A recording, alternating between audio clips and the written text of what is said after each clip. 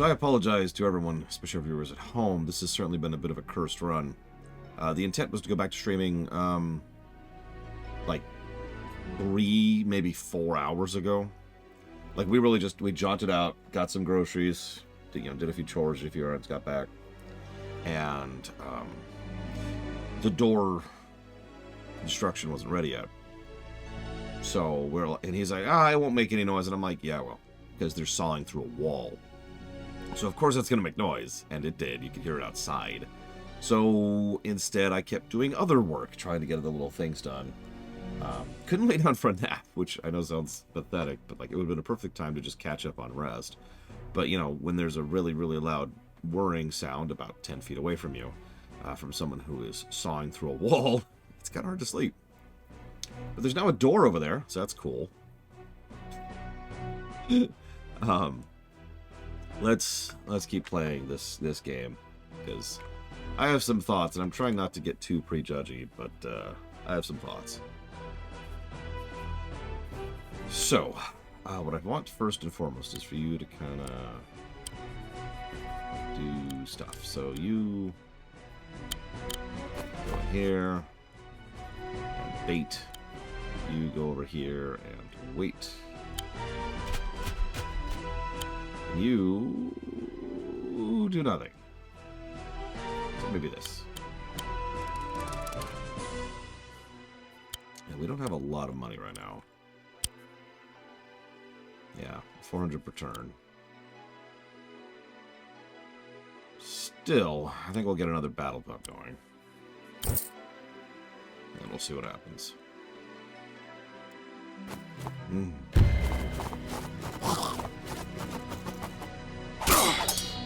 I have a spell for this. So, I in no way mean this as an insult, Dragon player. But the mere fact that you're asking that pretty much makes my point for me as to why I use "it was his sled" as the thing nobody cares about spoiling. Because "it was his sled" is a spoiler. It is a spoiler for an old movie called Citizen Kane. And nobody cares about it. So if I spoil it right now, it was his sled, nobody cares. So that's the whole point of it. The whole point of it is it's there to be a spoiler that I can spoil freely. Like, because some people like to use certain other spoilers I could mention, but all 3 of the other major spoilers I just thought of are spoilers that people do still care about. That I've actually seen people be like, well, thanks for spoiling that for me, asshole. You know?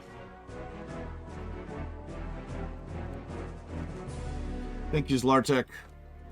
Always appreciate. I will go ahead and jot that down to the messenger. Sea of Stars and Dragon Quest VIII. Thank you for your support. I also just finished my taxes for the year. Check it out. I don't owe this year. I am getting a $54 refund. That's pathetic, and it is. But that's still better than I was expecting. Like, for real, that's oddly impressive. Because, well, because usually I owe. So, the fact that I'm getting any kind of refund at all is kind of impressive.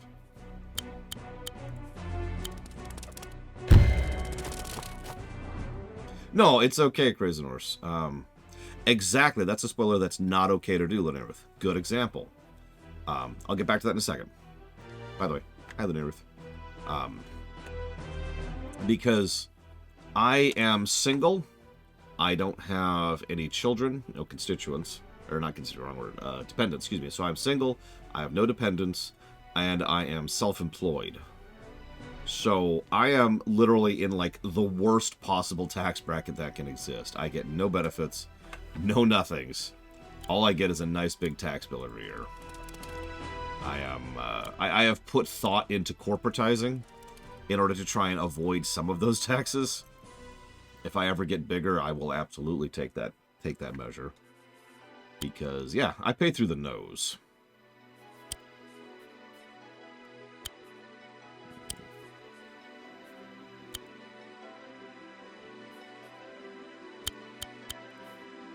Yeah, let's go for that. So, so Lunaruth gives a perfect example. Do the trick. It's easy to understand because all you have to do is think of one of two. How did you live through that? All you have to do is think of two possible situations for why, ideally, you should not spoil something, even something that is, 40 years old at this point. Situation number one, if there's someone who has never seen it, which you might say, oh, everyone's seen it, but actually, there are plenty of situations where someone has just never gotten around to it, or never watched it, or whatever. I can name a lot of personal examples of people who I know personally who have never watched Star Trek, who have never watched Star Wars, who have never played Final Fantasy. Time isn't the mitigator here. I know some people like to artificially use how long it's been since something has come out as the acceptable range for a spoiler. But in my experience, time is an invalid metric for that. Simply because time doesn't automatically mean like everyone has had a chance to process that. And I know many personal examples of people who want to not go in spoiled, who want to have a fresh experience. So that's point number one. Point number two is actually really, really easy. Kids. Like the next generation of people, right? I have a very easy and obvious answer for that. My niece, for whom Lord of the Rings and Star Wars, which is two easy and obvious examples, were not spoiled for her, so when she saw them for the first time, she could enjoy them for the first time. Probably should have opened with the trebuchets, but I forgot we even had them. It's on me.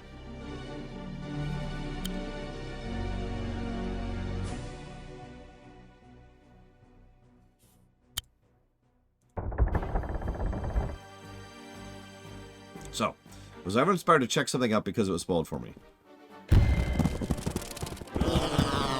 No. I have checked something out despite it being spoiled for me, usually because it's my job, but that's as far as that's ever gone. So they're just murdering my dogs all over the place here.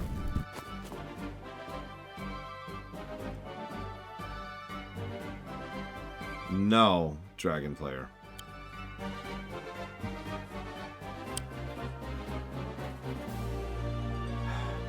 I shake my head at you.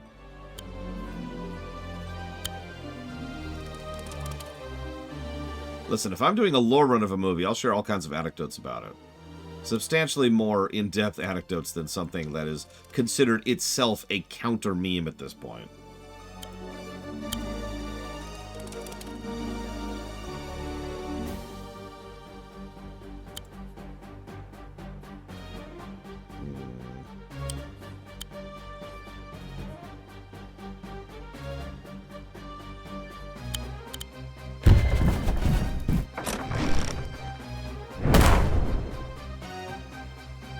Oh, that's fine, because there's absolutely nothing wrong with someone saying, I'm fine with spoilers, like Lord Herma, or, please give me spoilers. That's fine. But it should always be their choice, right? This is one of the reasons I have the no unrelated spoilers rule for my stream, and I know I'm not perfect about that, and I never will be. But the idea is, if I'm just randomly playing this game right now, I shouldn't suddenly say, it was his sled, about any other game or movie. You'll notice I have not been spoiling anything during this discussion about spoilers, other than it was his sled. Oh, and just for the meta spoiler, because why not? The other interesting thing about that is it was his sled isn't actually a spoiler. So one final little bit of amusement there. The fact that it was his sled isn't really the point of the film, as anybody can tell you.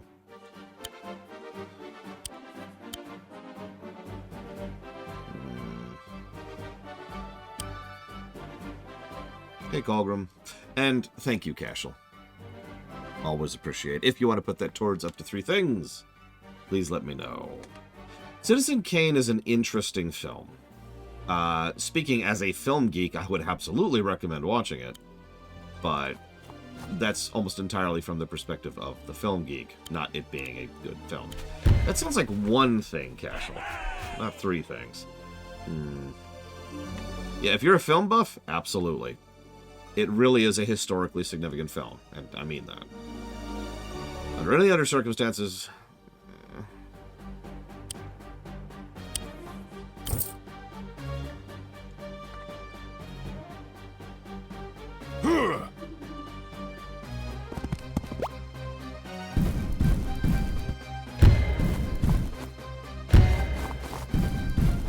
Jesus.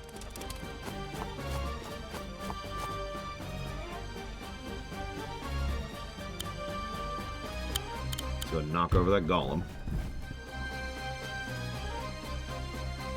We're not all dogs. Dogs contain one very huge flaw. They cannot claim territory. If they could, by golly.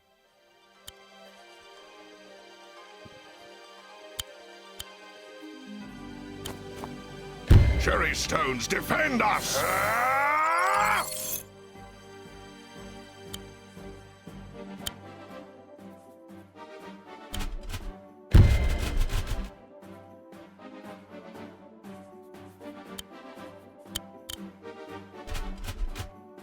See you around, Crazy Norse. I do hope that the situation gets a little less crazy for you. You know, just a little.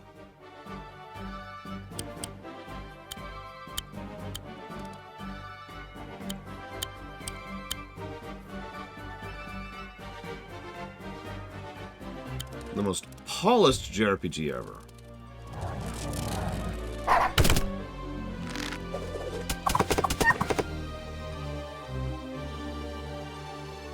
I would say it's in the running, but I would not automatically put Dragon Quest XI as the most polished. There's actually a lot of competition at the top of the JRPGs. Believes it or not.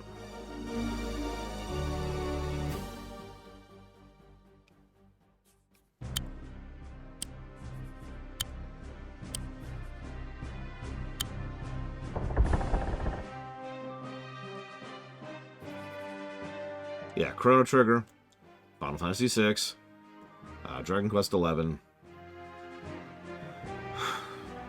Persona 5, believe it or not.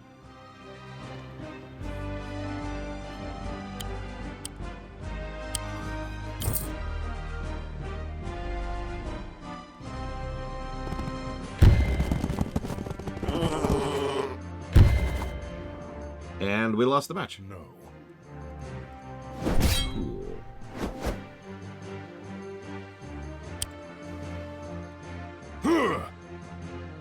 You know the worst thing about this? I've already jotted this down as a negative. Like, there's no mid-mission checkpoints, there's no saving admission, and there's no rewinds. Which means you could get quite a ways into a map and then lose and then have to start the entire map over again, which is never really fun. Well, I shouldn't say never. It's fine if you choose to, as many things are.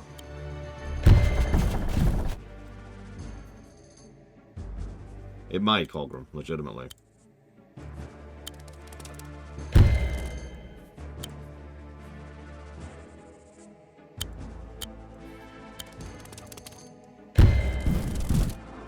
Trying to think of the JRPGs that would be most polished. Oh yeah, Quest 64 was a great stream, except when the game completely bugged out on me. That part wasn't what I would call great.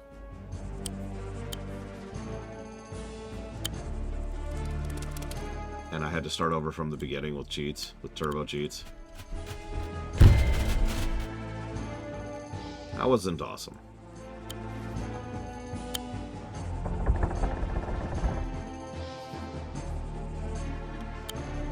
At least we turbo cheated.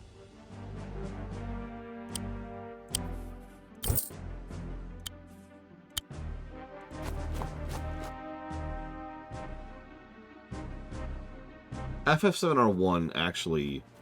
Oh God, I don't know. FF7R1 feels very polished in story, not so much in gameplay.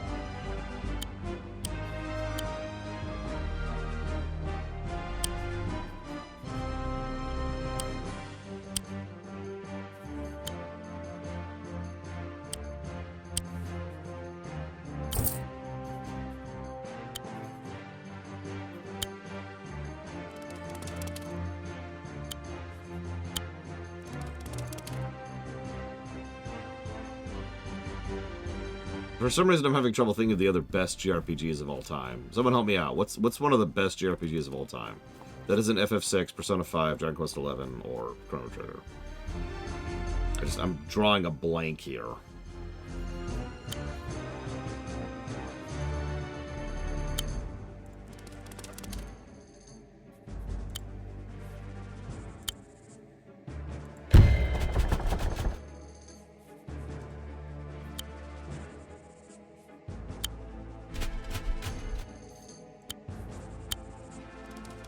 Other than SMT4.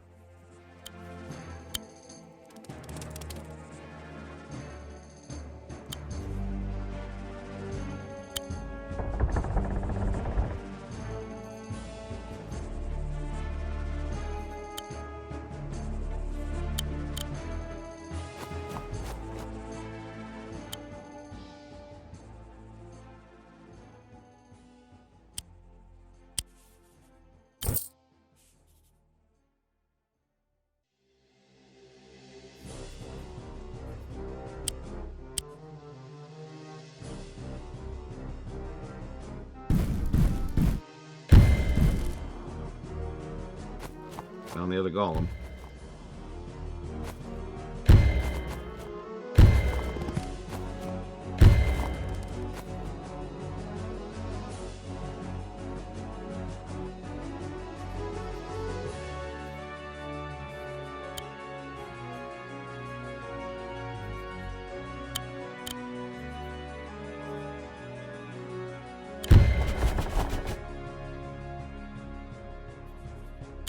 You know, Dragon Quest XI is a very solid game. I'm the only reason I hesitate is I'm always hesitant to name a game like that as the best such and such ever, especially since I've only played it once.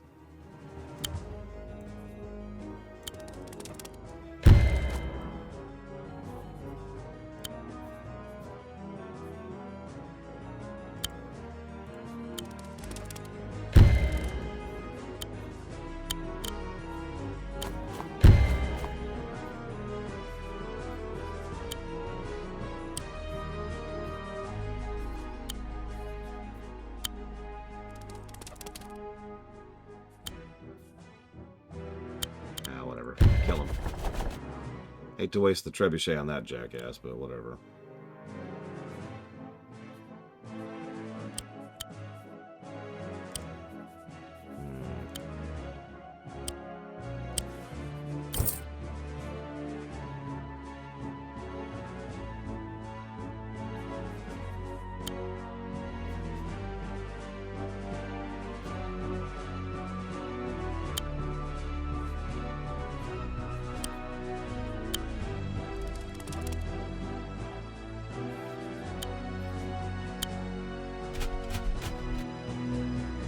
That'll do.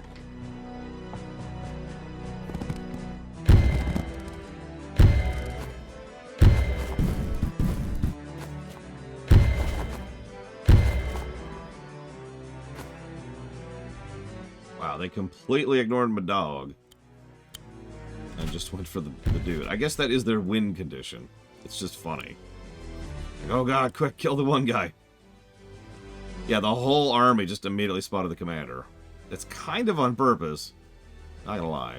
But, like, damn, people.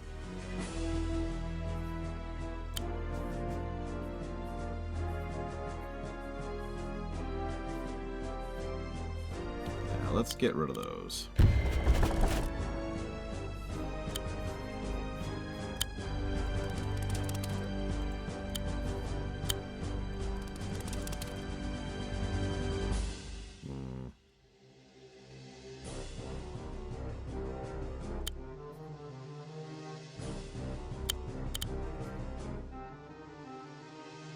Hey, Zach Taft.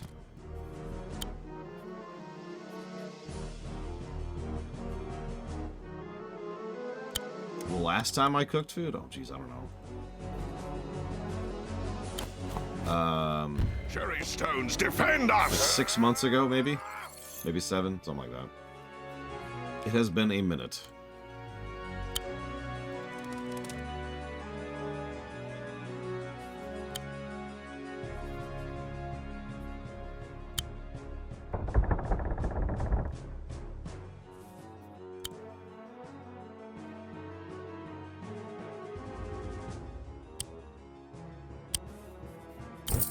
Yeah, no, when I say I haven't had time, I am not joking. Oh, wow. I'm honestly shocked. And they just have 2 golems there now. That's interesting. They stopped going after the commander. I wasn't actually expecting that. Whatever. Claim this. Is that next? Can someone type exclamation mark next, please? Please.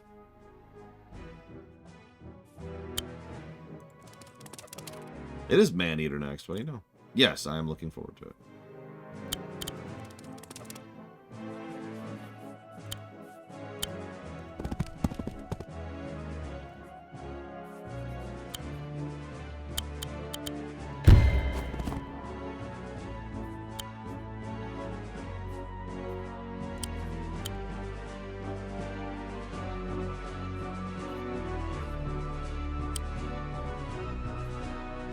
Sorry, a playable... Isn't it a Shark PG?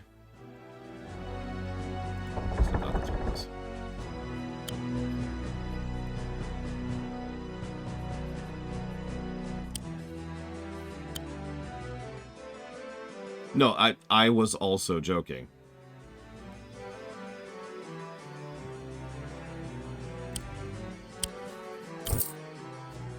This reminds me a lot of Pokemon Conquest, actually. I'm curious. That's interesting.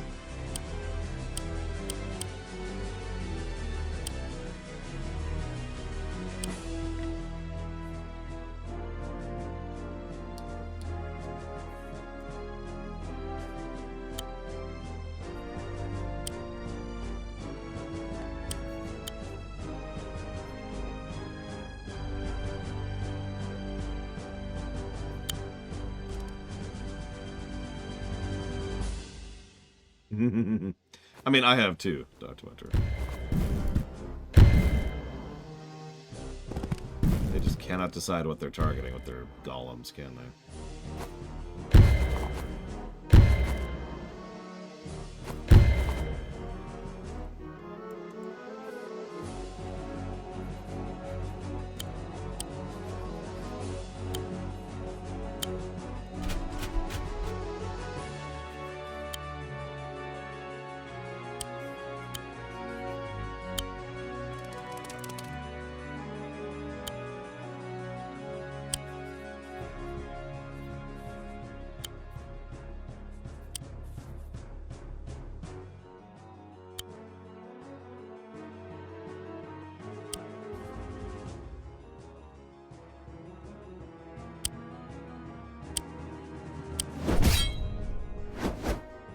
I'm tired of this immediately. So we're just gonna do this. Don't care. Don't care. Don't care. Okay. I apologize, but I'm just already extraordinarily tired of this game. I've been playing it for like 4 hours.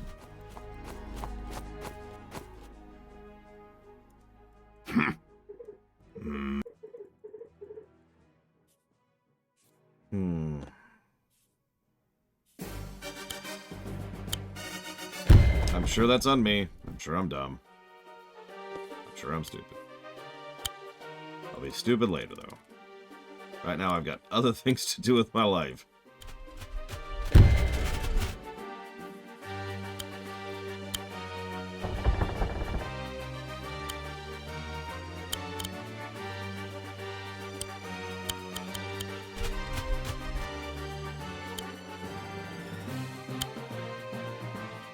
I mean, the art's pretty legit in this game. I will actually give it that. I am honestly impressed.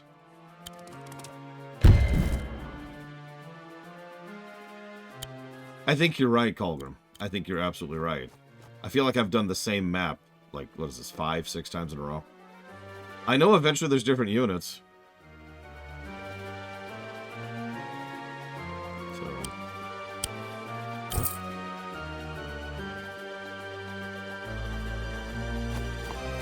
Yeah, I've also done this type of combat a lot before, just in my life. Ugh.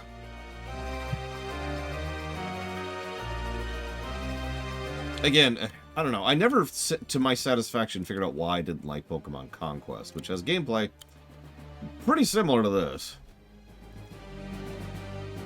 It is entirely possible I'm just stupid and really just don't know what the hell I'm doing. These are possibilities.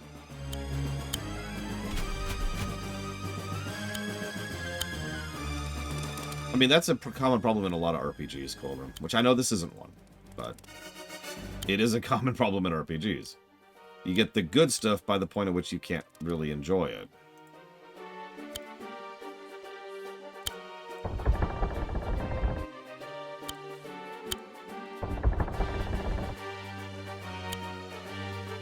Oh, we start with a lot of money. What's our money per turn with this setup? Wait, what? Oh, okay.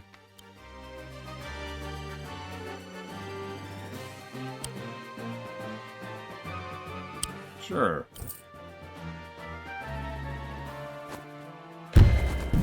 Dogs are dogs.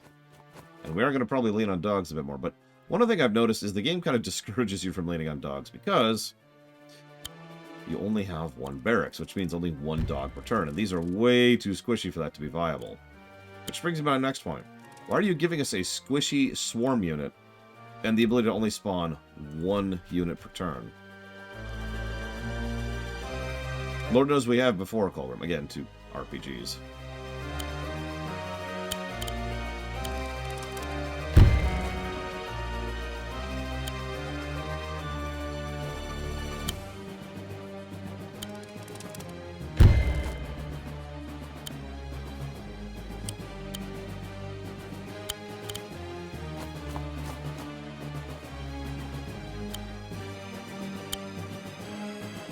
Yeah, we need to get these dogs or veggies.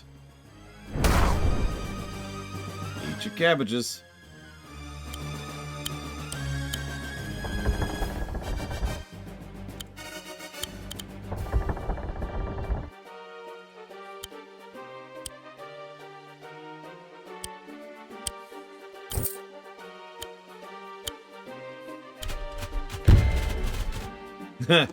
So there's another game, which is another spiritual successor to Advance Wars, which isn't out yet, but it's coming out this year. It's called Warside. Anybody ever heard of it? It looks astonishingly similar to Advance Wars. Now, I have no idea if it's good, bad, or in between. It's just interesting that someone else apparently was unsatisfied with Wargroove and Wargroove 2 and decided to make their own Advance Wars 2. Actually, yeah, Blake Jamal. But again, imagine, see, the problem with Zerglings, and we've actually talked about this before, is Zerglings kind of sucked in StarCraft 1 because the game didn't really support them. It was just too hard to get enough Zerglings on a single target at a single time for them to be worthwhile. In StarCraft 2, Zerglings are great. But that's because the engine, the game, the control scheme, etc. all support having that kind of massed squad. And Zerglings also had upgrades and better general design in StarCraft 2.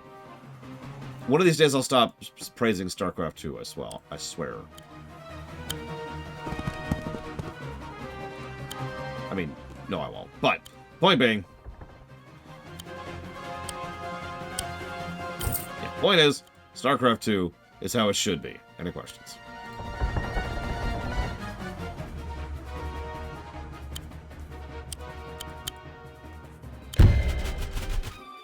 Yeah, that is something that may happen. May, very emphasis, may happen someday.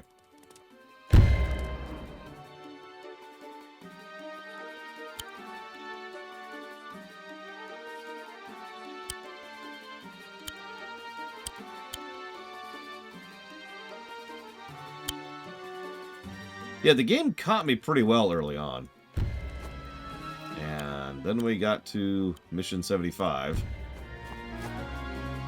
Can someone do me a favor? How many missions are in this game? Because I was looking at this other Advance War Games, which apparently has 30 missions.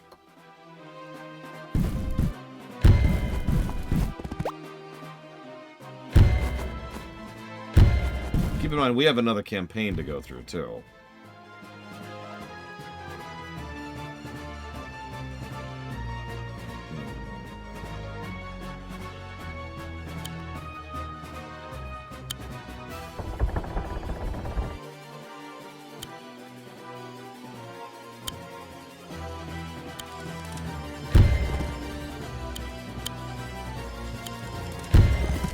Yeah, let's include side missions.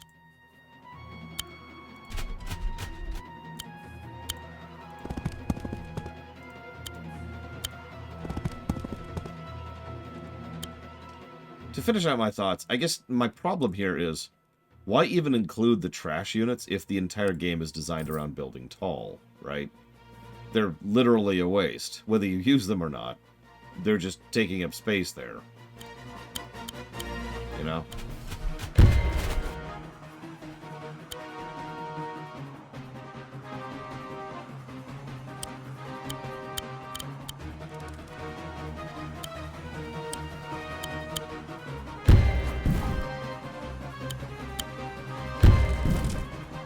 Oh, wow.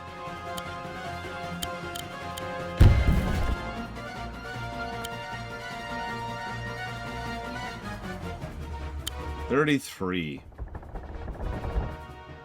Yeah. That's true, Kier White Nose. That's a good point. Another RTS we've already covered. Excuse me, another war game. Let's use more generic terminology here. That we've already covered. In Total War Warhammer 3, even the trash units had a purpose and a point. Hell, in some cases, the trash units were like the point of the squad. Or the point of the side, excuse me. Especially when playing as, say, I don't know, the Sea Pirates. Or hell, the guy I was playing at primarily was really, really focused on having a lot of trash whose job it is to hold up the enemy, while I came stomping in and killed everyone.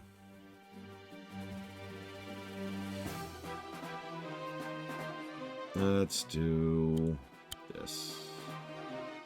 No, change my mind.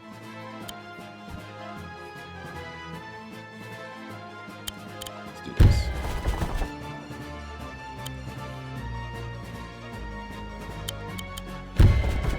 Yeah, hi, my artillery got in range, so...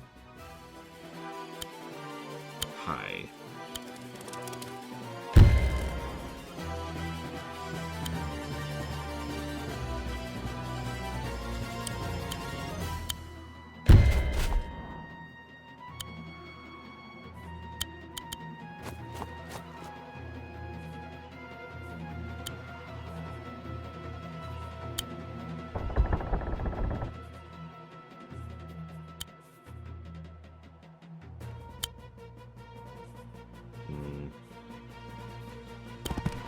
I'll take the crit on the golem.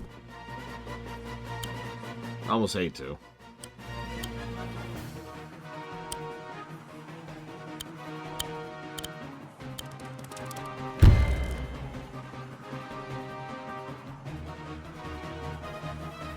So now you got me thinking about other strategy games. Most strategy games don't actually accomplish this thing that we just talked about, making units useful or worthwhile, even early on. A good example of a game that does not accomplish that is Homeworld Cataclysm, where some ships are just completely invalidated at a certain point in time, and there's no reason to use them anymore. Another similar example on the subject, Battletech, the turn-based MechWarrior game. At a certain point, there is just no reason whatsoever to field lesser tonnage.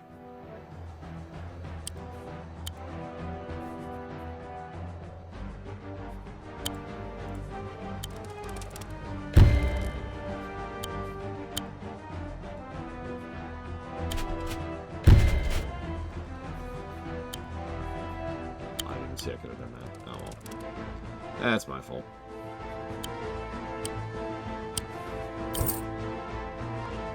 Yeah, in other words, yeah, exactly. To totally flip that, in StarCraft 2, Marines continue to be good the entire game.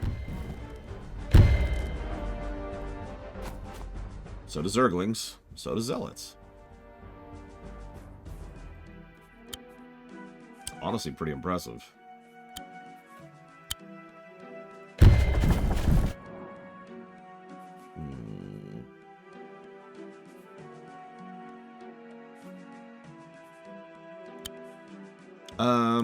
Yeah, I would say with Warcraft 3 as well. Not as much, to be honest with you, because footmen fall off after a point. But ghouls continue to be useful for quite a while. And archers can be useful depending on your setup and your strategy. So a little bit of a middle ground there. But orc grunts are useful all the way until endgame, so there's another good example of that.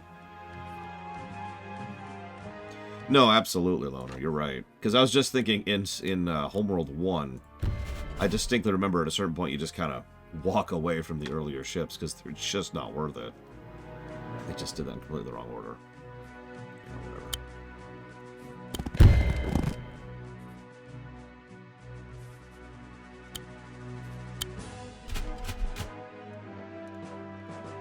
Nope, go away.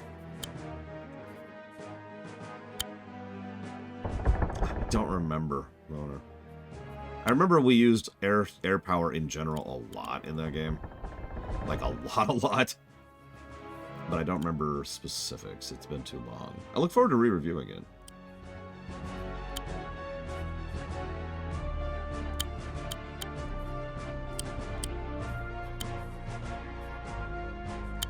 And let's go ahead and just be a wall.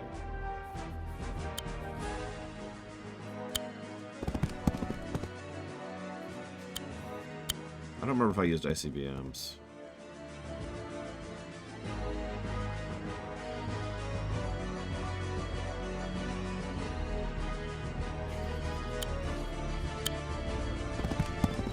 Now here's the worst part, Linearith. You will get some jerks in the gym. I don't know if that person was a jerk or not, obviously. But a disturbingly large number of those people are just people who are legitimately trying to be helpful and have no social skills whatsoever in being helpful. So...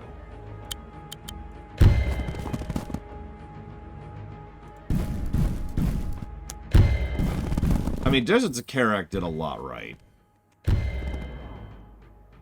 It also did several things wrong. But we'll cover that when we get there. Because that gets into spoiler territory.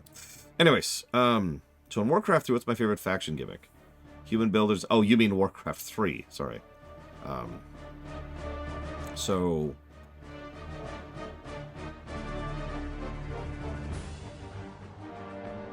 I would say either Undead or Night Elf, which I know is functionally Protoss or Zerg. One of those two is probably my personal favorite. Although, in a competitive scene, which I haven't done in a long time, Human was king when it comes to building.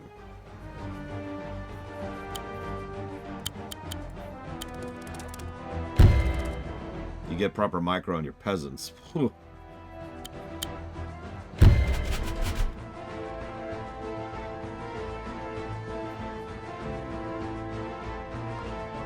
Hey, Nordame.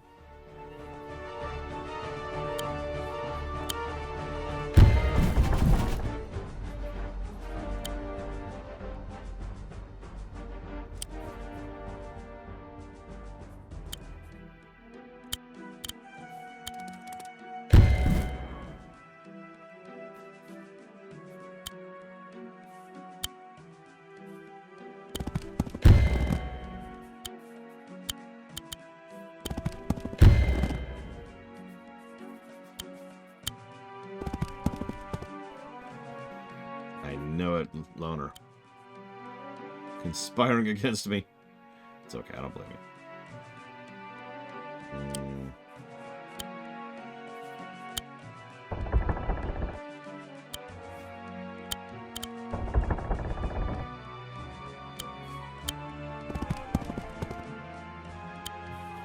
Get my turn cycled here. Let me just keep building knights here. Actually, what I really need is another swordsman, as weird as that sounds. I mean, need is a relative term at this point. Congrats, Lunaruth. Weird victories, am I right?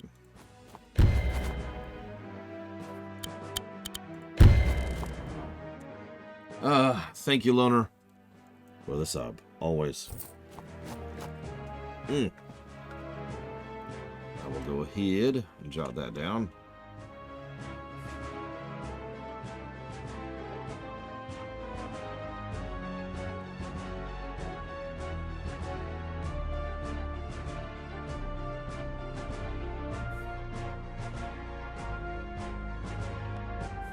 Sorry, give me 1 second.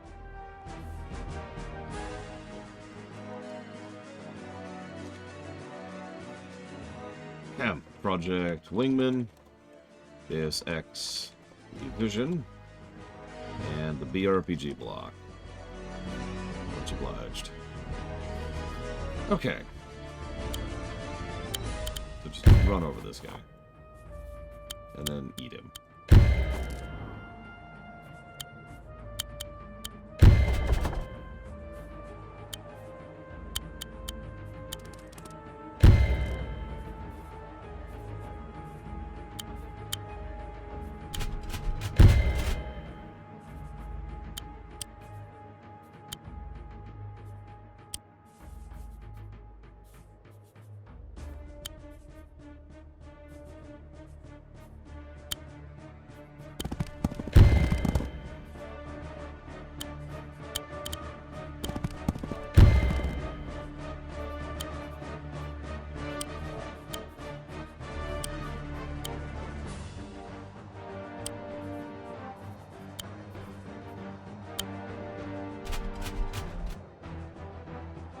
I'm sorry, I didn't even see it ended. Give me 1 second.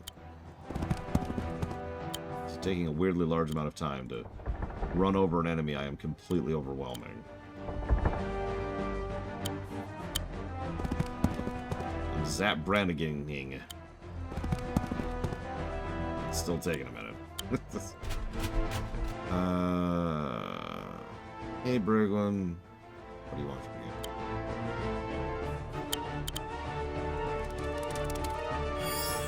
Oh yeah, we have 2 barracks now, so that's nice.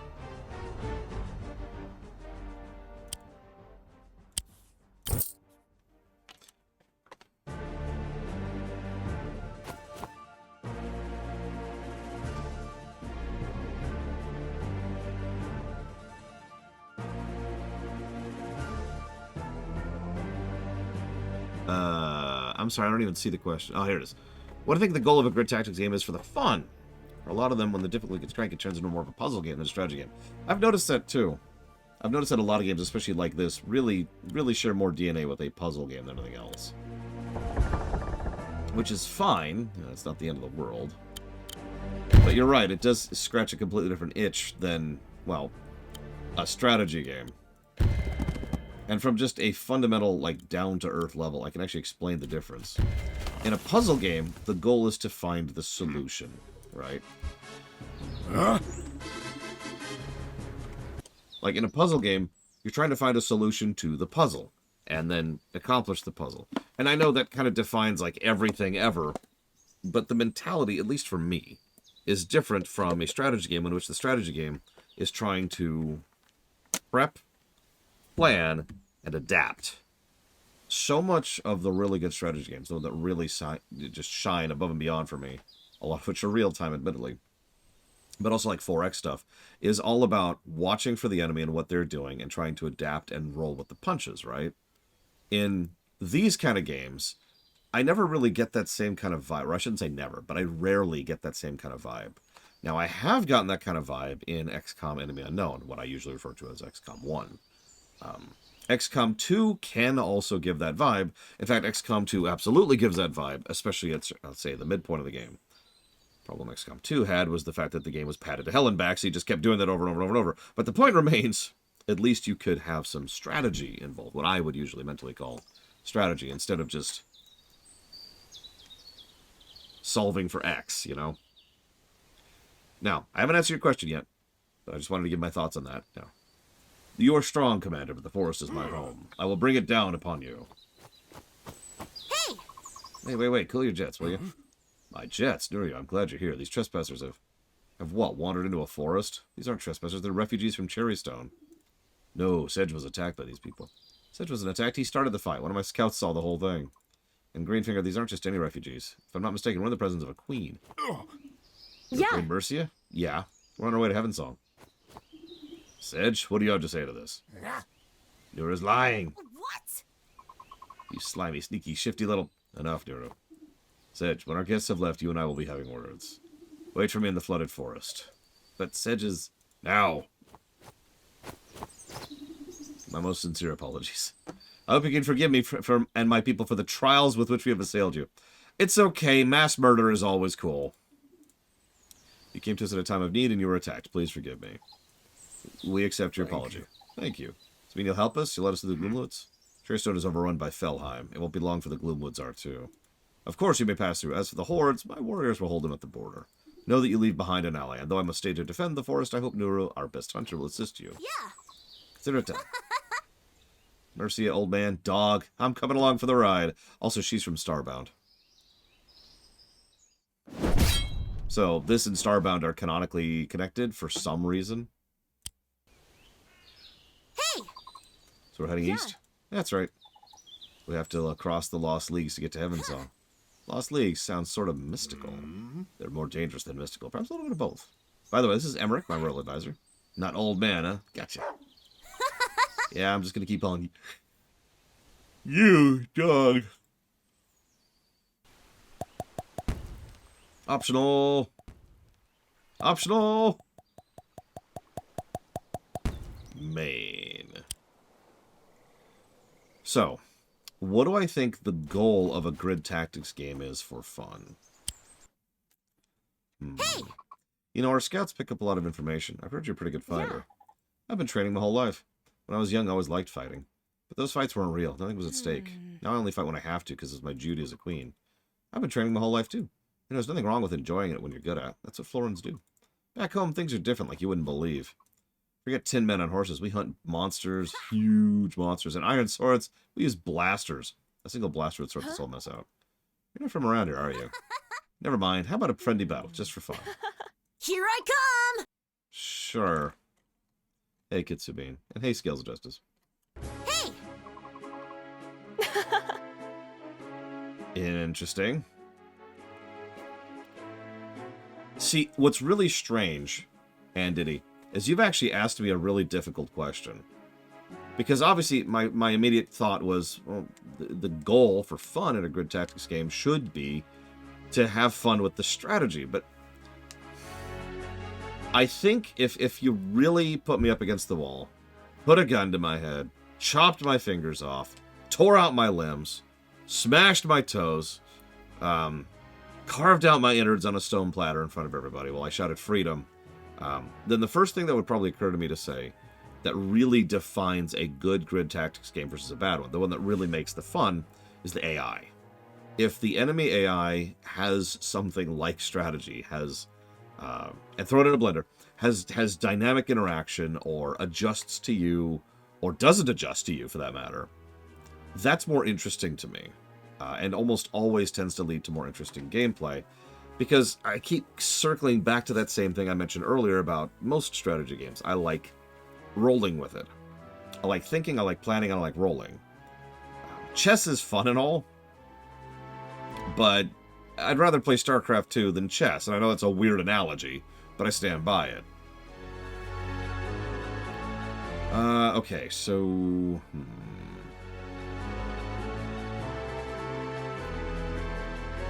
This is a really weird setup you've given me.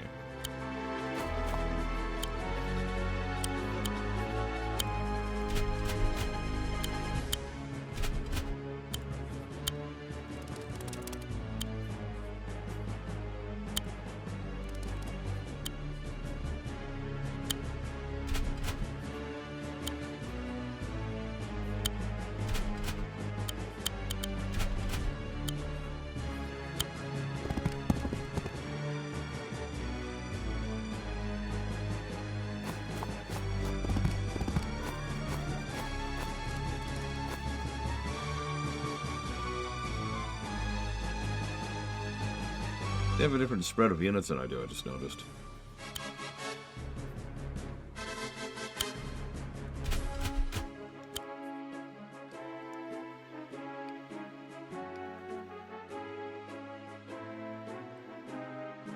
You know what? That's another thing. Second thing a grid tactics game needs to have for fun. Mission design. Which ties neatly into the third thing, which is terrain design. There needs to be real thought and effort put into the terrain of one of these games. And that terrain needs to matter. I'm not saying it doesn't in this game.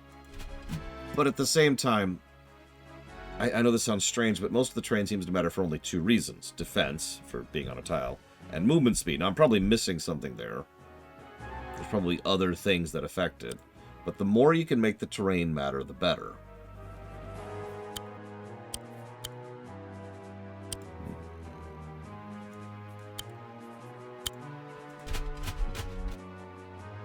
It was one of the reasons I usually don't like Total War strategy, the RTS sections, because while terrain matters there, it's mostly in regards to, are you in a forest? Are you in something that obscures your vision?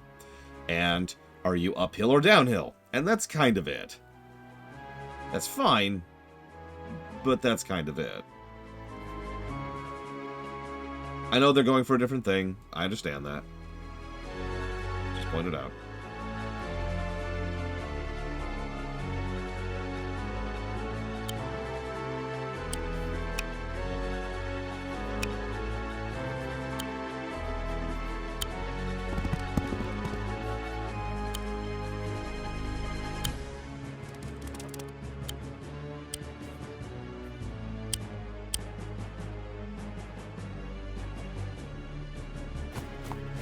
Would be interesting. I mean, that's practically what I was doing, Yura.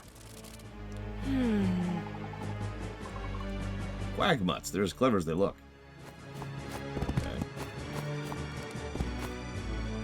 They don't look very clever.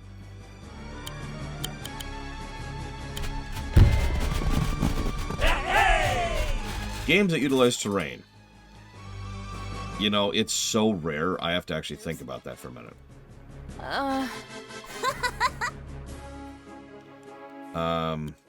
Give me a second to really think about that. Why are they riding, like, lambs? And why did we murder them? I'm sure it's fine.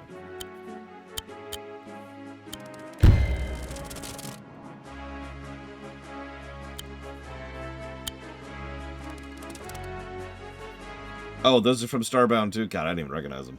My bad.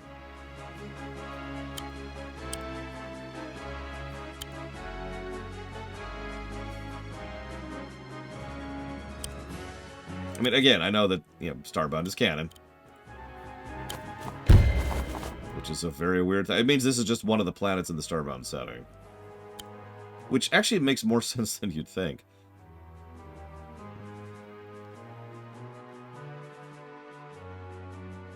You know what? I agree with you, Andiddy. So this is essentially spitballing here. But another thought I've had several times with regards to making these kind of games fun is essentially having builds with regards to unit composition. I hate to keep going back to StarCraft 2, but especially in Heart of the Swarm, but also Legacy of the Void, in both of those, each unit had one of 3 different configurations they could have, right? And those configurations drastically changed how that unit played, right? And you could swap them in between missions. So you had builds. So instead of an infantry, you have an infantry who's good at living. You have an infantry who's good at killing. You have an infantry who's good at distracting. Boom, boom, boom. And now your basic unit has become 3 units pretty much magically. And you can only bring 1. And that's actually important. You can only bring 1. So you decide what you want to build, and you kind of can then build a favorite strategy around a set type of units. And you can adjust which units you build relative to the specific mission type, which would also be very cool, which, again, being able to swap at will, right? Oops. Nope, nope, nope, go away.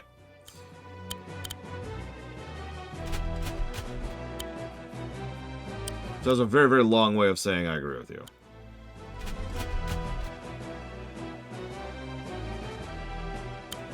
I was actually just about to ask, because it's been years since I've played Advance Wars, and I only really played them once. Like, back on the DS. So I don't remember how much unit variety and unit anything was in Advance Wars. Or the one on the DS.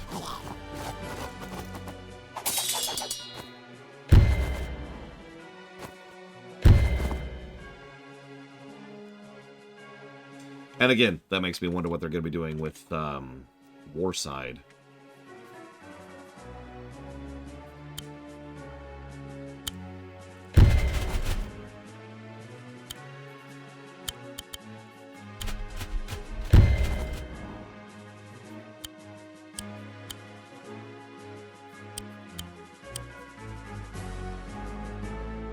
I also think, so to tie into that a little bit,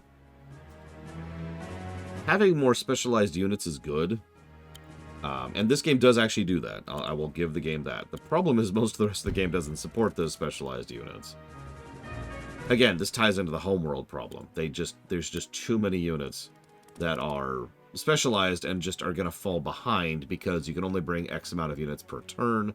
And at a certain point, you've got enough money to bring those units every turn, so the economy stops being a factor. And once you've reached that point, it's like, well, okay. Let's just go ahead and bring the best every round. Battle cruisers for days, right? Or destroyers, or it depends on which one you're playing.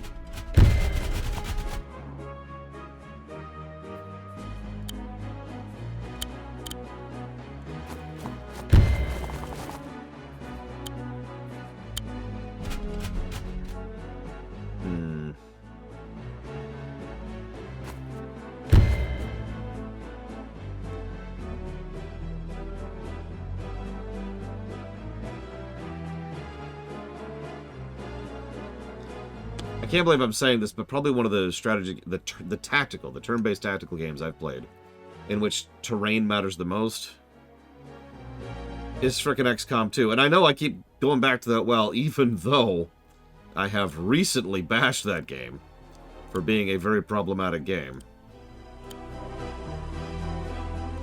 But it does do several things right.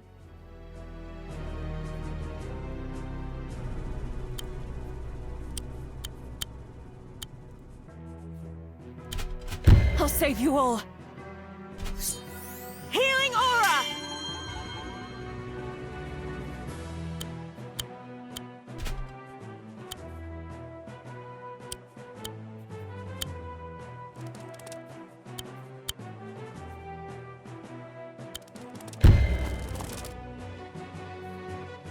I'm not doing that well.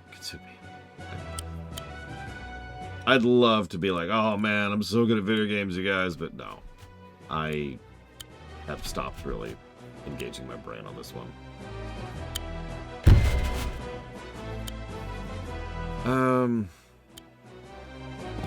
This.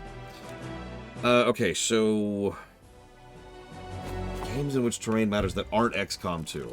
I can't wait!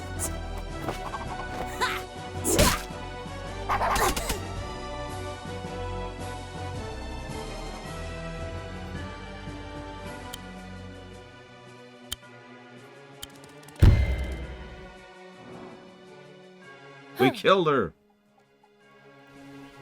That was a tough one, even without your blaster thingy. I'm really impressed with your skills. Yeah. Really? Yeah, I think I might even learn a thing or two from you. I've trained for so long, but this war with Felheim, a real battle's so different. I just hope I don't let anyone down. Look, I've been in some pretty wild fights in my time. I wouldn't want to be your enemy for anything. Thank you. Did you learn to fight growing up in the Gloomwoods? No, I joined the Gloomwoods tribe pretty recently. Where'd you come from? It's a long story. It needs campfire and marshmallows to tell it right. Let's go. Yeah, I get it. You're from Starbound.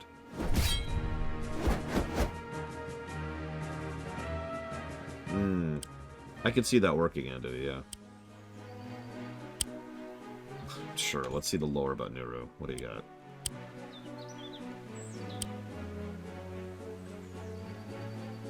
Whose skills are out of this world. Wink, wink. There's something in between a green finger and a normal Florin. It's Nuru. A highly skilled and enthusiastic hunter, this feisty teenager is nonetheless significantly less destructive than your average Florin.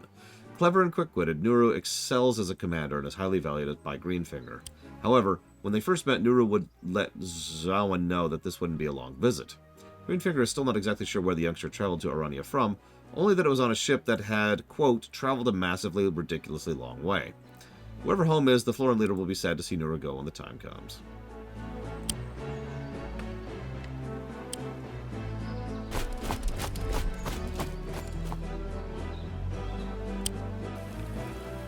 Sedge. What were you thinking, attacking those humans completely unprovoked? Hunt. Sedge was hunting. Sedge found his prey. Greenfinger thinks we should temper ourselves, be diplomatic. Florin are hunters, Florin are killers. Greenfinger's nothing but a wilted coward. No. Too long have I turned a blind eye to your savage nature. You are now banished. It's time for a new ruler of the Gloomwoods. And it's treason, then. Oh, he probably has a new song.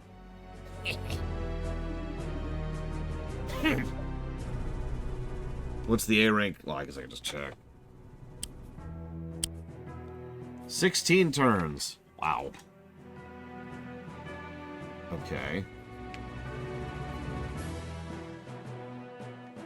Hang on. Since we are playing as a new faction, we will briefly turn the music back on.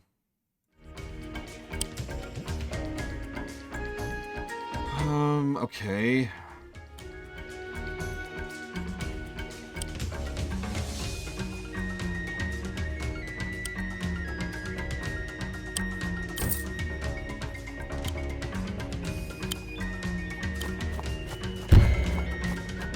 This place will do nicely.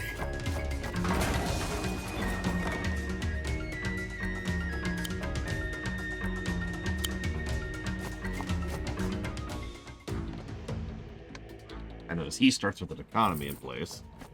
I do not. Did that seriously say trebuchet, by the way? Oh my god, it did. No, actually, Linearuth. Standardization is important to any diet. To any health thing, really. But if you're not full, that's your body telling you something.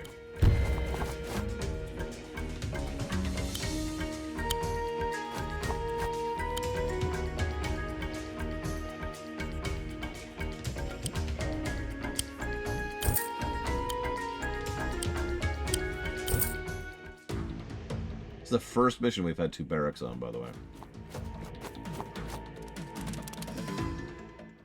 Just for a little perspective on that.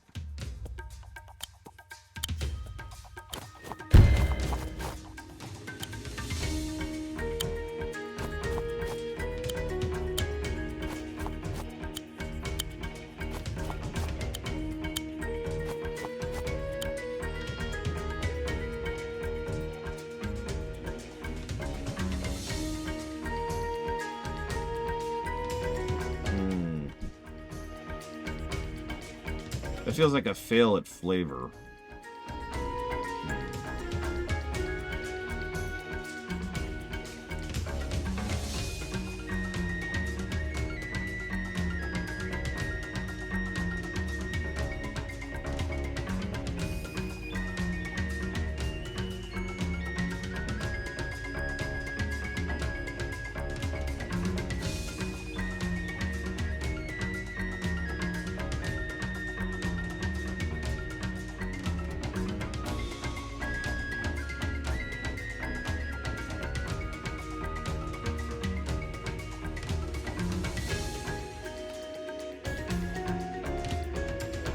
That's a negative, not a positive.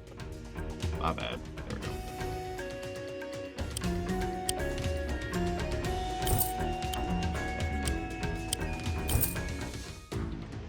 Yeah, gotta get my green guard and my tree. Trebuchet at least is amusing. I'll give you that one.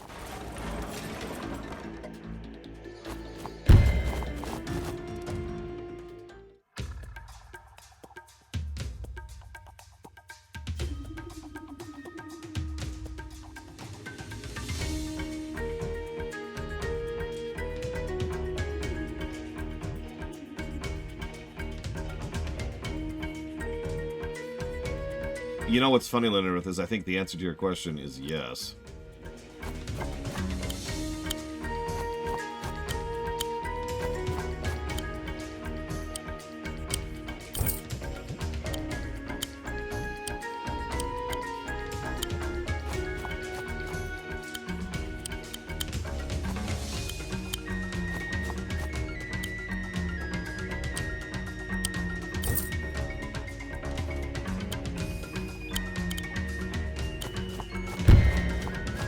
This place will do nicely.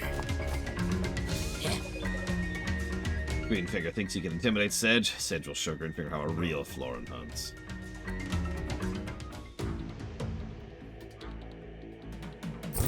This reminds me of a Pro ZD sketch, actually. Two people are like, we're gonna fight, it'll be this epic big battle, and they start sitting down and moving cubes around on a puzzle piece. You'll have to get over 1,000 things in order to defeat me. Like, right? This is so abstracted that I don't actually feel like any fighting or war is happening. It's like they both pop out their GBAs to decide what's happening. In fact, I would actually give the game credit and positives if literally they're like, I'll show you how a true Florid hunts. And then he whips out his DS and it's like, all right, let's see here. And they just kind of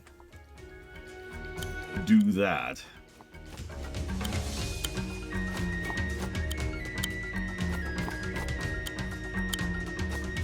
Alas, 'tis not to be. I believe so, Yura. I'm now questioning myself. Maybe I'm extremely wrong. I don't know.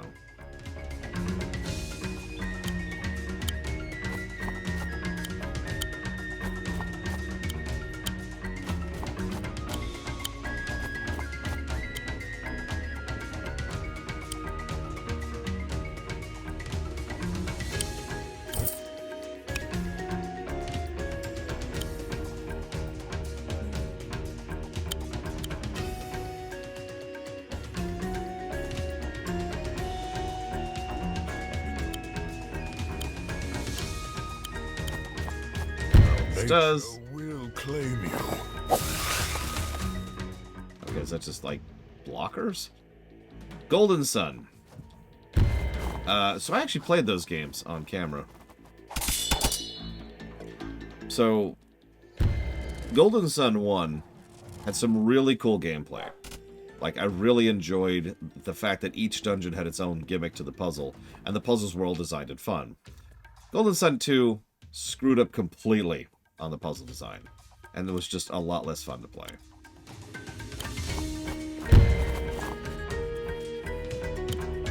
Other than that, they were decent games, worth playing. Best use of terrain. Yeah, I was asked that earlier by Blade Taval, and to my great grief, I've only come up with one example off the top of my head. Like, I feel really embarrassed about this. It is so rare that there is a strategy game in which terrain actually freaking matters. I think it mattered in Battletech, but I don't even remember properly.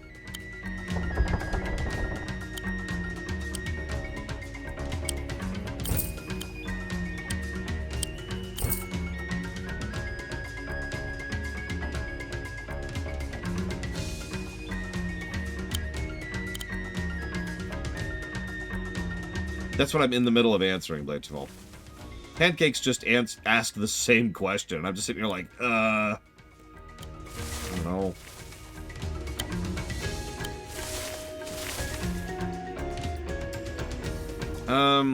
That's an interesting question, and it depends on what you're going for. Because if you want the default unit to just be bland and bluff, like for challenge mode stuff, that's kind of fine. But if you're going to have...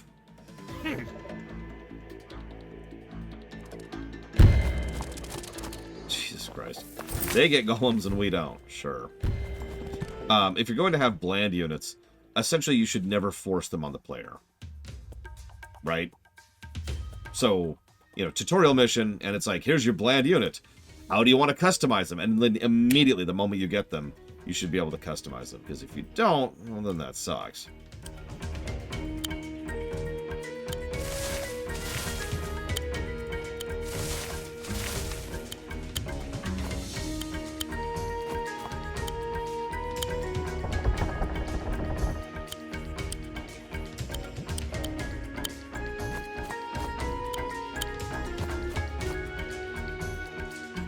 I've never played Creeper World. I can't speak to that.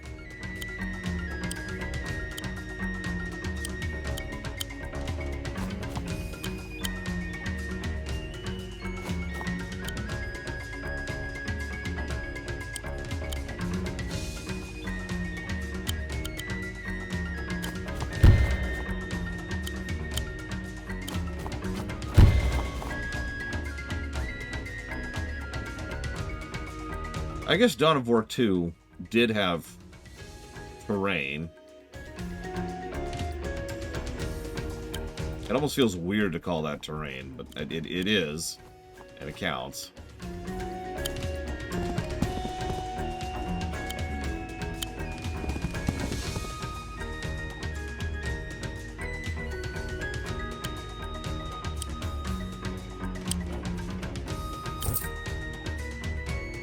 I don't remember terrain mattering in Halo Wars 1 or 2.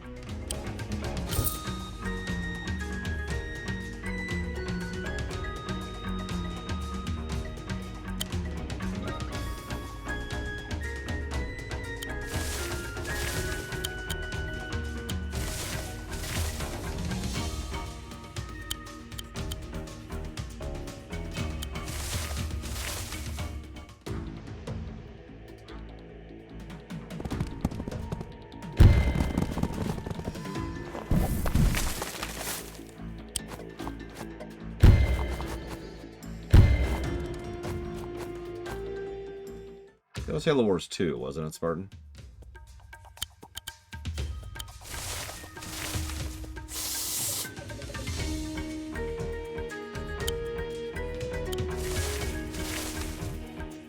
If I'm remembering correctly at all.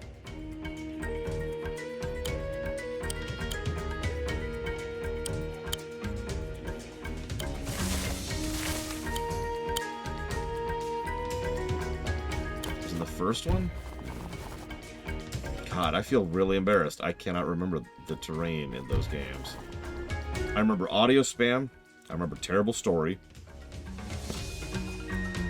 I remember the last mission of, I believe it was Halo Wars 2. I remember the ship mission. I liked the ship mission. That was a good mission.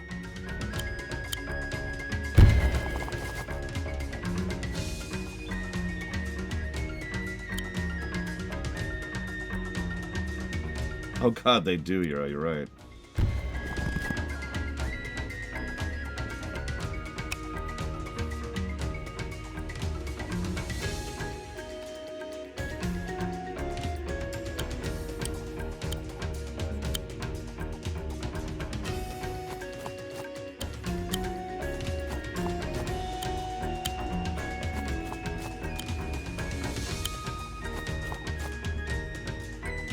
The ability to launch nukes.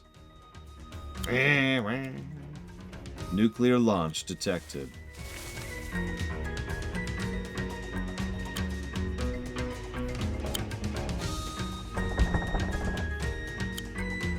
What also keeps resetting, Hero? Not that I'm invalidating your opinion, just pointing it out. Every time your turn restarts, the music restarts, which is just a decision. A very unusual decision. Oh my God, Scales of Justice is right. I don't have the power. I don't have the power to build units. Ah!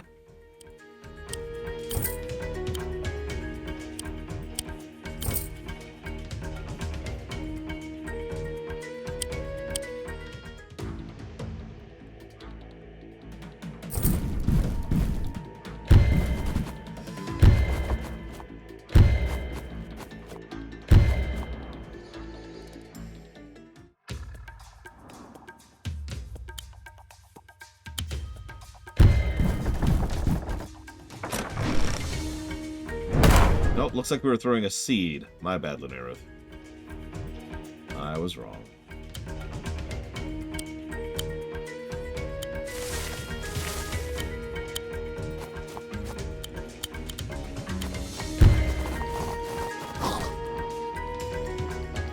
Listen, Colrum, I'm not going to say you have terrible taste.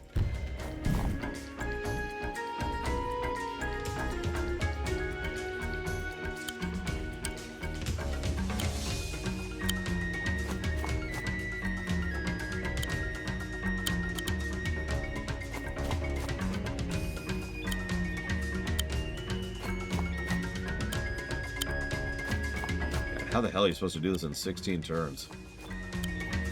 It just takes so long to even reach the enemy. Unless you just have a massive bank.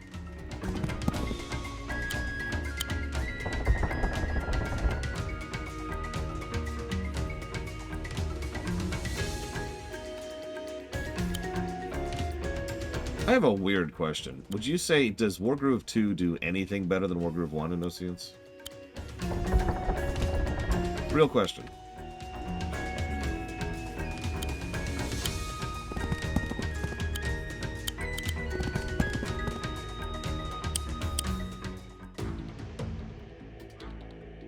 Like mission design or audio design, voice acting, storytelling, cutscenes, unit design, tutorialization.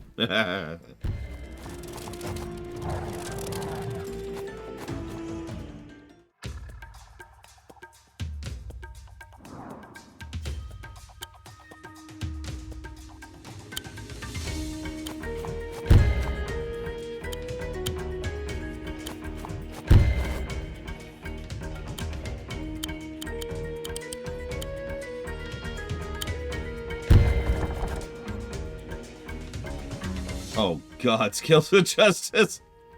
That, yeah. That's another thing. Someone earlier mentioned the idea that this game feels a little bit more built around multiplayer balance, and honestly, I've been thinking about that. So I myself have given I've said this crudely and slightly less crudely in recent years. I think that designers need to stop worshipping at the altar of balance. I think that game designers have gotten to the point where they assume that balance is always good. That gameplay balance is 100% always going to be this amazing, fantastic thing. And that's not true. And too balanced of a game actually kind of sucks. Now, competitive PvP is its own thing, right? But that's exactly what I was getting to. Most games that fumble at the balance trap are doing so for the sake of competitive multiplayer.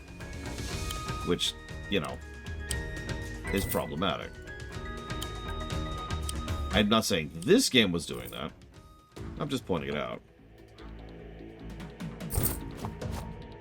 Clash of Heroes. No, I don't think so, Zero. At least it doesn't sound familiar anyways. If it's on mobile, I definitely haven't heard of it.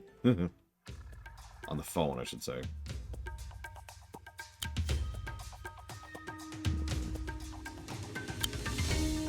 Oh, I agree completely, Colm. But the reason I bring that up in this game completely is this game seems really, really focused on balance. The fact that each side is functionally identical, except for the groove of the commanders, is a perfect example of what I'm talking about, rather. That is worshipping at the altar of balance right there.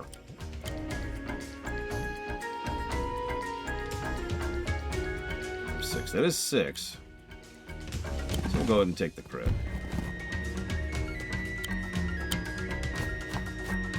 And yeah, being able to toggle between the two would be nice. Most games that have different balance for the two sides don't actually let you toggle between the two different types.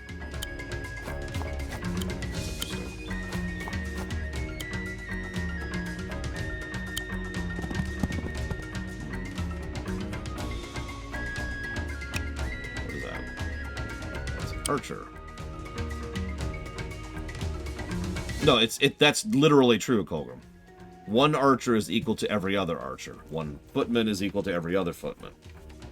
They are completely identical. The only thing that changes is the grooves of the commanders. Even the commanders' stats are identical to each other. So Caesar, the dog, has the same stats as, you know, the queen or the necromancer or whatever else.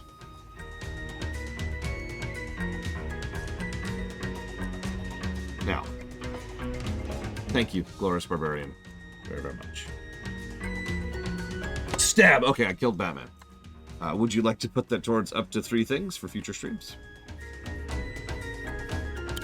A groove is the special ability, so as you kill units, you charge your groove meter. Once you have your groove meter charged, you can use it. Every commander has a different groove, which has different rate of charge.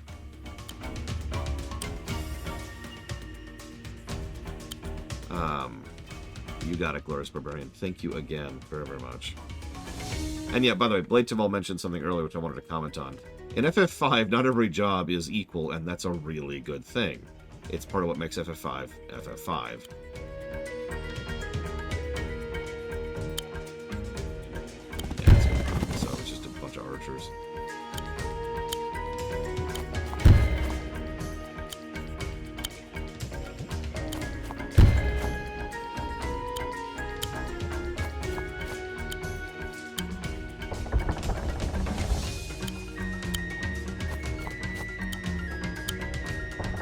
Tired of the song yet, Yura? No, you're fine, Aunt Diddy. I'm just looking at a couple of things here.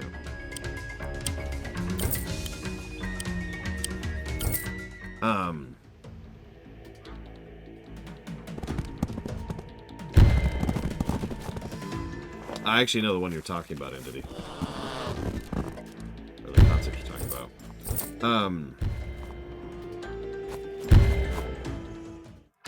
I do agree with Innocence, because I can think of a game that has very, very basic stats and very, very flat units and works. It is functionally a puzzle game, but it's still a good game. And of course, I can't think of the name of it, because I can never think of the name of it. Hang on a second.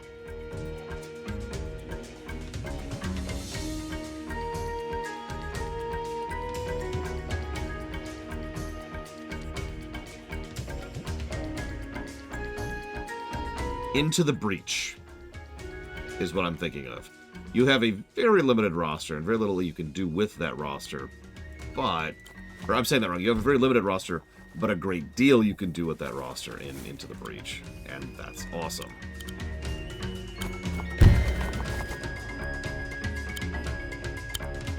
Now again, that's not quite a strategy game, but it fills a pretty similar niche.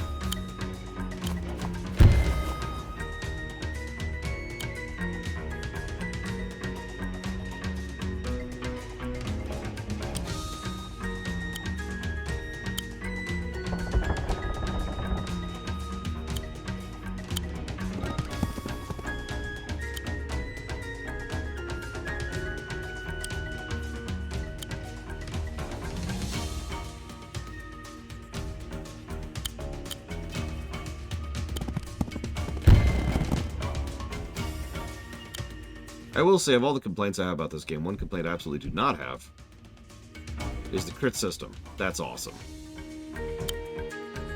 It definitely encourages you thinking around rather than just kind of smashing your units against the enemy units.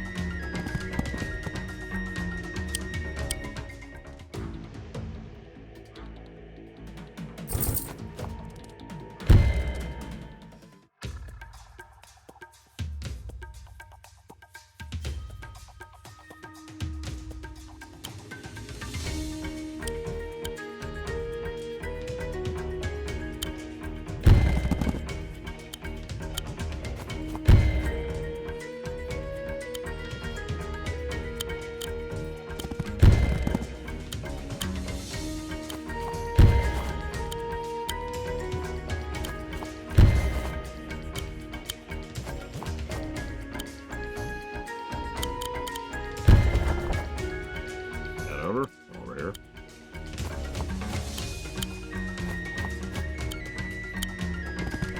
I don't understand the significance of the brown tiles still. Those keep popping up and it's like, what is the point of those? Like, it looks like it's indicating when something is moving through someone else, but who cares? Like, what's the significance of that?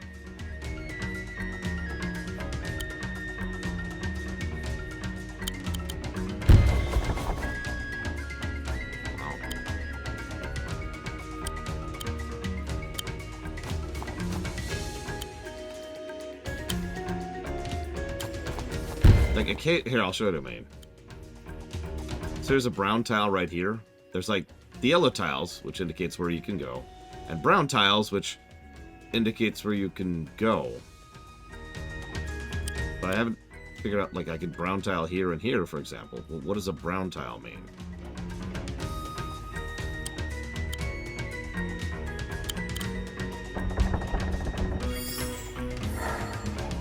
No. I don't mean these tiles. I mean these tiles. I can move to brown tiles. But, like, I can't... Well, what's also weird is I've noticed those almost always involve extending my movement range slightly. Usually about one tile. Of course, now I don't have an example. I had an example just a few seconds ago of that.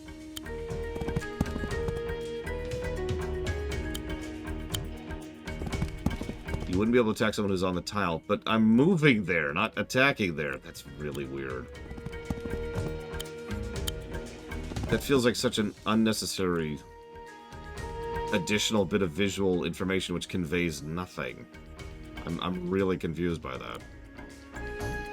So yeah, let's move here.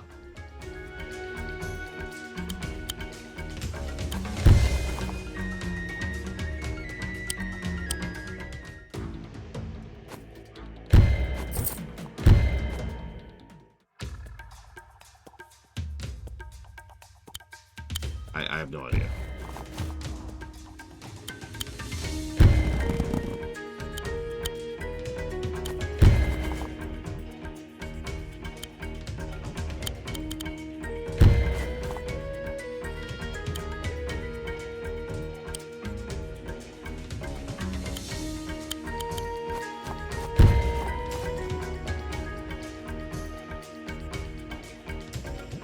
That would be really useful in Oceans.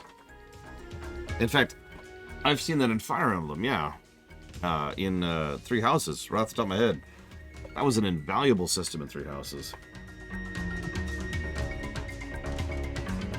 I mean, Three Houses kind of nailed it on the gameplay axis. Yeah, that's your body saying, yes, you did good, Linearith. So yes, it absolutely is a real thing. It's a good thing, too. Enjoy it. Go play something other than Diablo Immortal.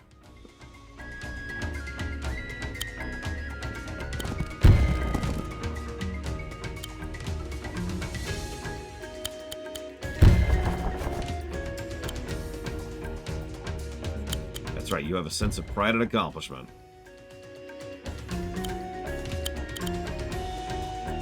Ah. I think I won't ding the game on several of the absence of quality of life features it has, or rather doesn't have. But I think I will go ahead and give a negative, which I already have, it's negative number 6, for controls in general. The absence of those quality of life features, combined with the fact that the controls are just kind of finicky, makes the whole game play worse than it really should. And I know this sounds weird, but a strategy game needs to play smoothly, because so much of the minute-to-minute gameplay is, let's be honest with ourselves, kind of dull, right? So you need to not be irritated as you're playing it. You need to be smoothly playing it, like, ah, yeah. Otherwise, the dullness combined with the irritation makes the whole thing gwarg, right? You can quote me on that.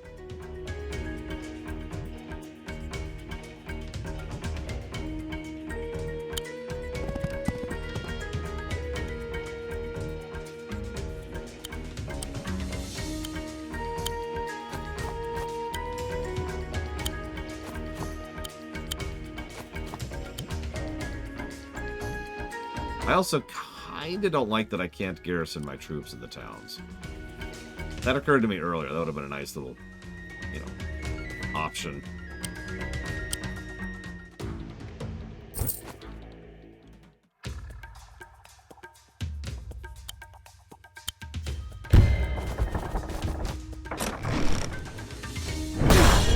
The hunt ends.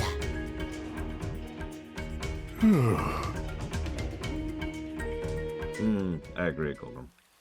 Sedge. So they look up from their DSs. This saddens me, Sedge.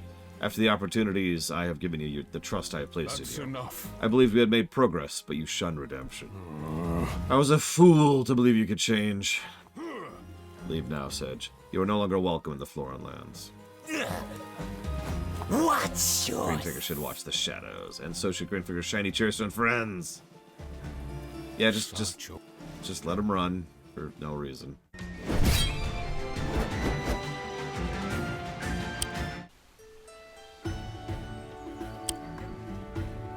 Oh, we've unlocked lore about Sedge.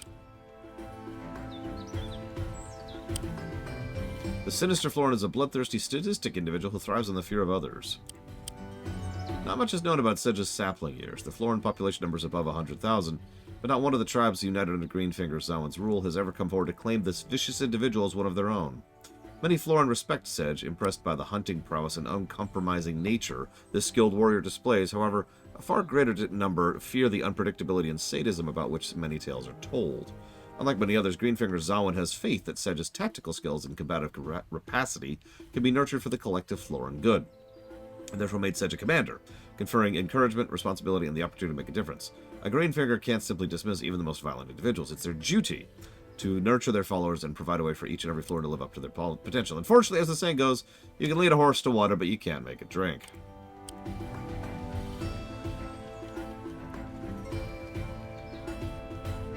Cool. On with the plot.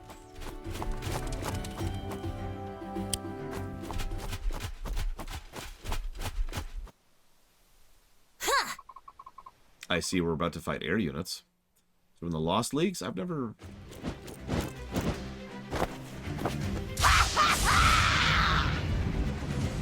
Hi, Ragna. Oh no. It's me! This time I have vampires. I can't lose. Who's this clown? Get up, weed. I will annihilate you. Okay. This won't be like last time. Not all my vampires rule the skies. Yes, yes, I know what aeronauts are. Alchemists and ballistas both excel at anti-air. Hang on, hang on. But, like, don't you have no range?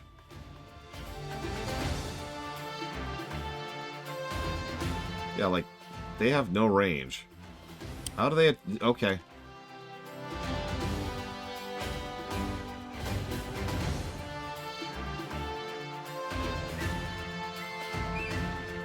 Yes, and Eddie. Yes, it is. Hey, we have 3 barracks for once.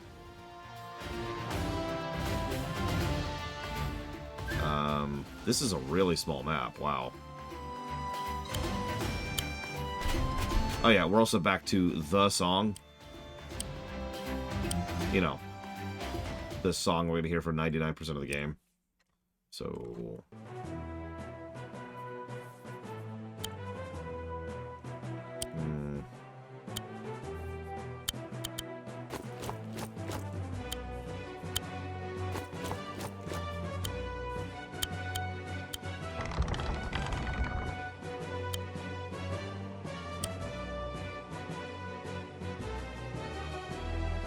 Critical hits at minimum range.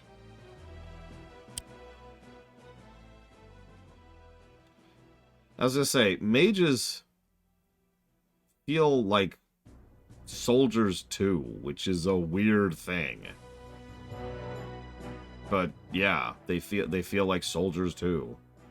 There's another game that doesn't do unit balance properly. Warcraft 2.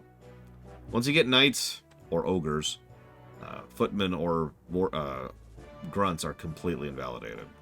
As long as you can afford them.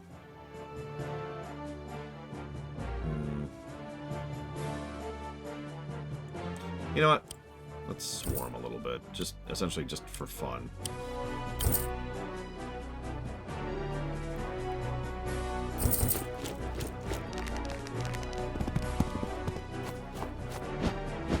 See, I don't remember anti-war. Advanced Wars well enough to really comment on that.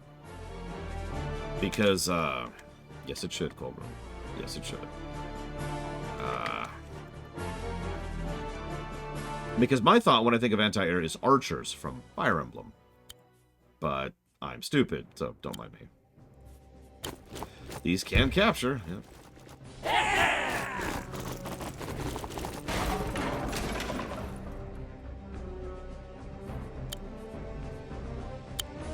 I mean, we could do an entire shift with the built-in music.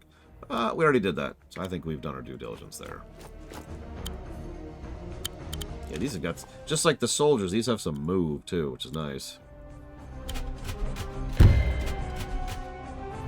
I love how she's just dragging that thing behind her.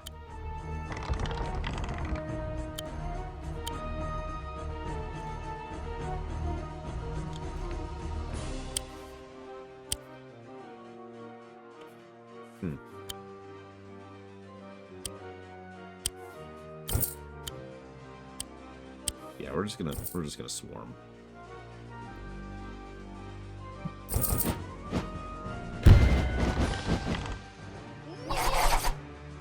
That's an interesting way of attacking. And of course, artillery can't counter. Makes sense.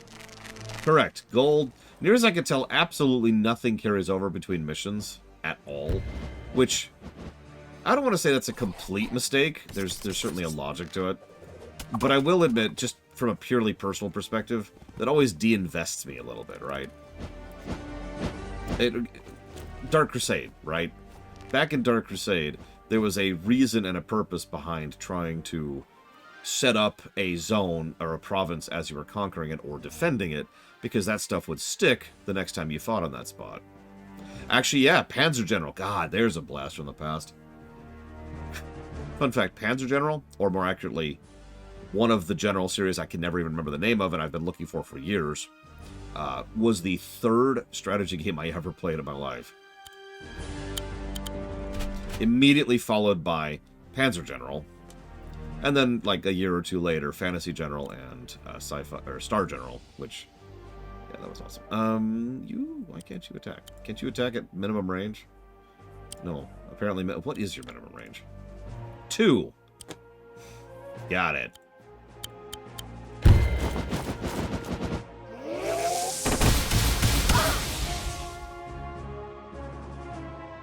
Whatever. That's, always good to hear from your commander. Whatever.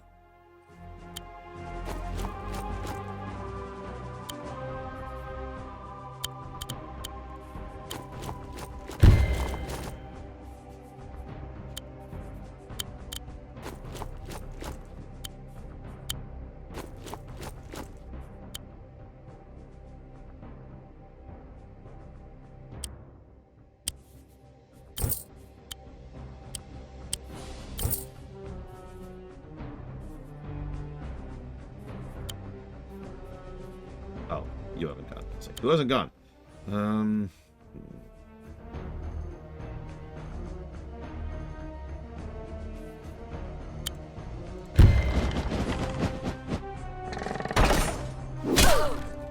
That looks painful, not gonna lie.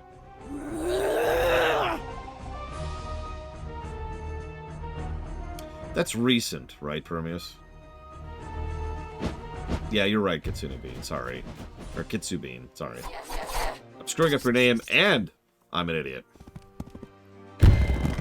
I feel like Songs of Conquest was added to the list, but it was never funded.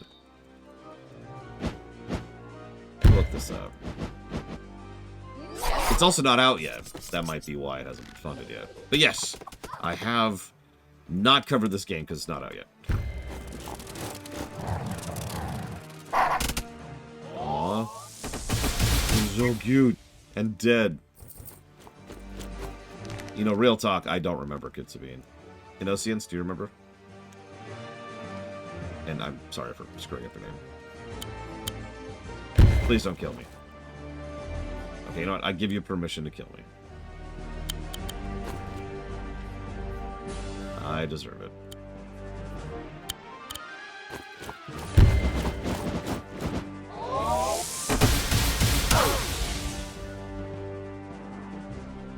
What? Yeah, no, it's early access.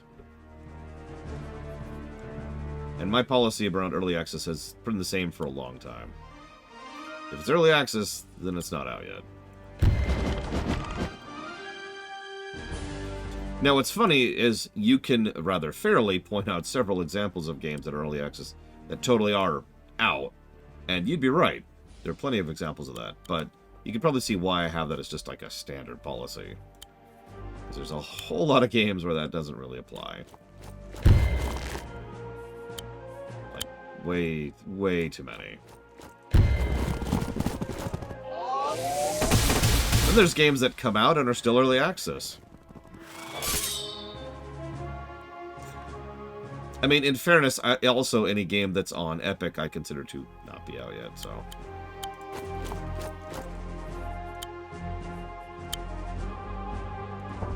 I mean, that is that developer's modus operandi, Pancakes. So that wouldn't surprise me at all.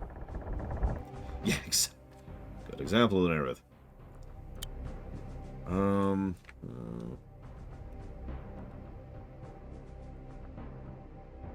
Yeah, Cyberpunk, just a few months ago, supposedly got good. I like how their only effective thing is archers. That's just really funny.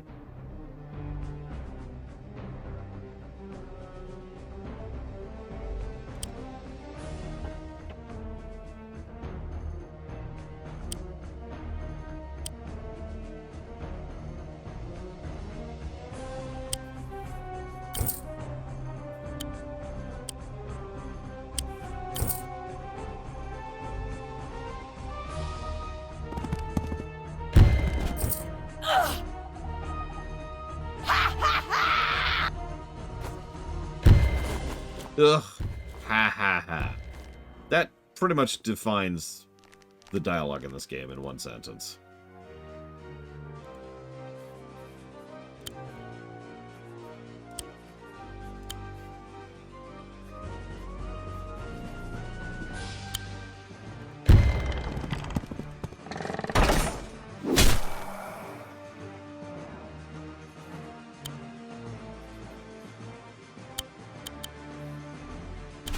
Hey, Bragwin.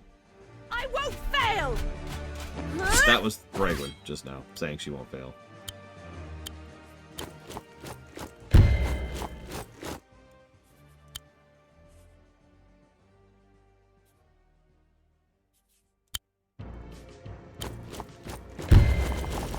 God, I hope so, Lunarith. I've got enough really long games on my list.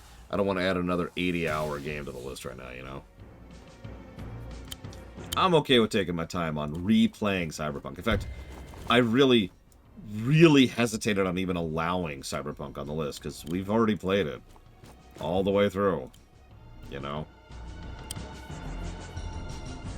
Yes, I know it's a completely different game. That's why I allowed it. It's just, ugh, you know?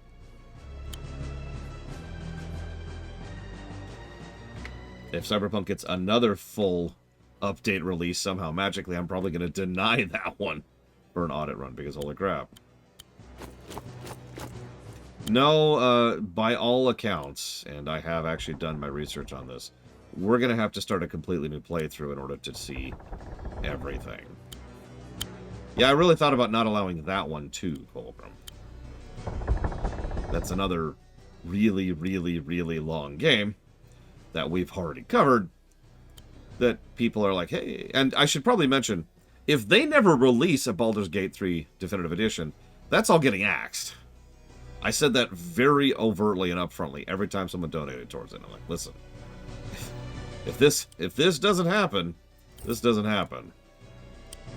And everyone's like, yes, and I'm like, okay.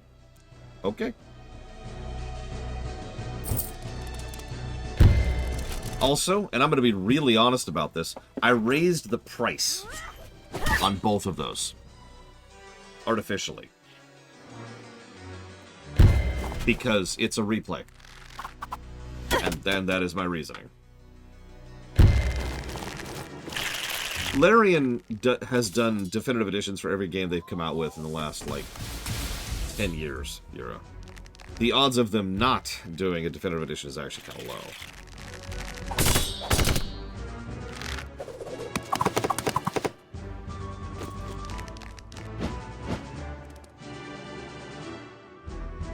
Yeah, that's another thing. That's if you want to put money towards an early access game, that's fine. And it is. But we already have examples of games that have been, you know, that have never come out specifically because of the fact that they were early access and something happened, right?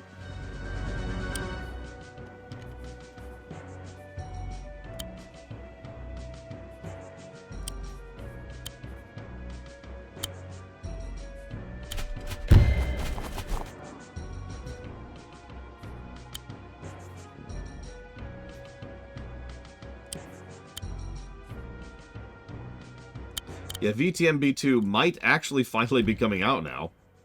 That is something that might be happening. So that's a big asterisk. So that's pretty much my policy. If you want to put money towards it, that's on you. That's your decision, and I'll try to, you know, adhere to it and abide by it. But I want to make sure you know what you're getting into. Due to the hair to write it. You know, I don't even remember. I looked into it when the new studio picked it up, and I can't tell you right now off the top of my head.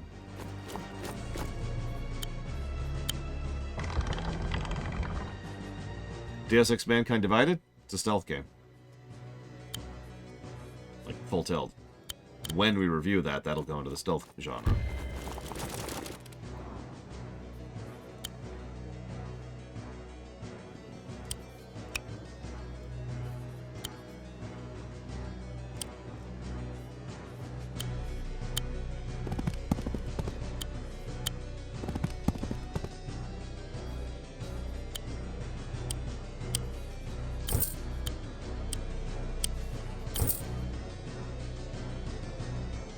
Fanatic equalitarian, militarist, crusading spirit, and shared burdens. Oh my god, Lord Harriman. Okay, so it's been a while. Last I checked, your options are straight up conquest, uplifting, and like manipulating them into joining you peacefully. Has there been any new options since then?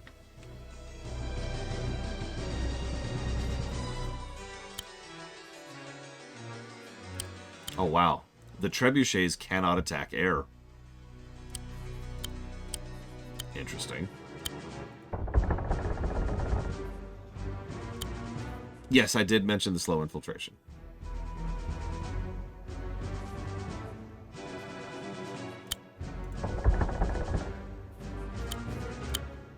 That's the slow infiltration, Colbert. That's the conversion.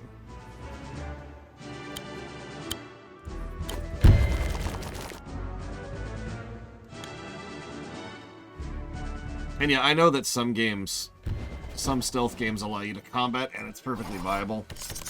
I would still call that a stealth game, personally. I know that some people would counter-argue that, and, well, sure. I don't really have a counter-argument.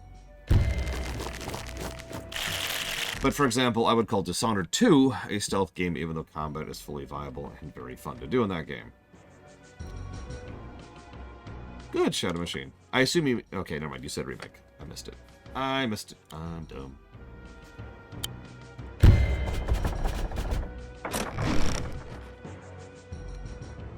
You know what? Just for you. Just for you, Shadow Machine.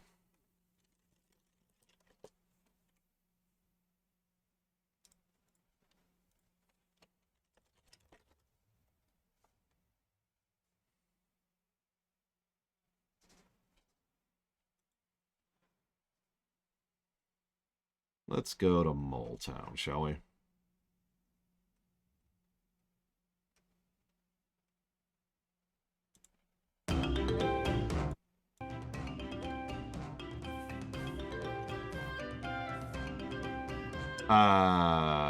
Not that I'm aware of, Colgrim. I know what you're about to say. Dating sim? Well, you said touched, not completely covered. This isn't over!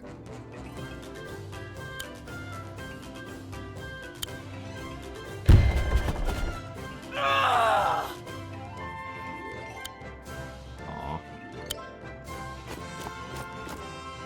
Because there was a dating sim thing in Super Paper Mario. It was a gag, but it was still there. It still counts.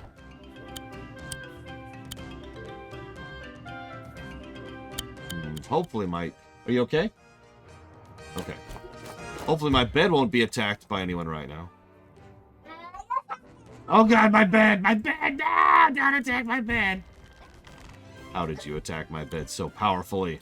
There will be rain in 5 minutes. 5 minutes? Yeah. Can I get a hug? Yeah. Backwards hug! Backwards hug! Yeah.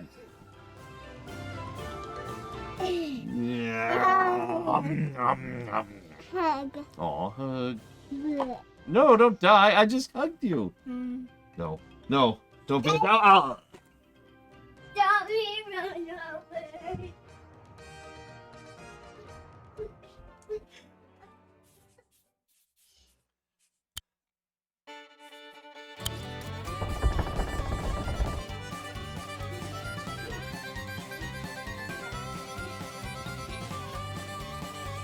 Tomorrow, we can't wait. It's dinner time. Hug. Oh, I'm alive. I'm alive. Tomorrow, Yes? forget that it's dinner time. Really like that Remy. Do you like the bead? That was actually a gift from someone. Really like how shiny it is. Mm-hmm. It's very shiny. Shiny it is. And now... I've got 1 health left. Hug. I'm back. We're now friends now. Friends. Friendship hug. What are you doing? What are you doing? What are you trying to do? Why are you standing up? Why are you standing up? Why? Why do you stand? Why do you stand? You okay? You okay? Are you okay? Tell me if you're okay.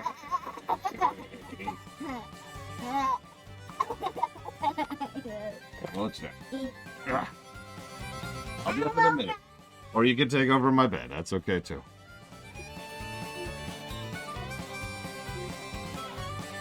So I gotta finish the mission, because I can't save in mid-mission. Or can I? I can save checkpoint? Wait, I can actually make a checkpoint? Hang on, hang on. How does that work?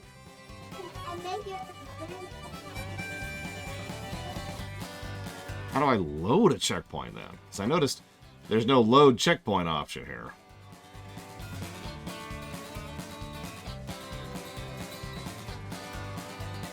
Okay, so if you resign...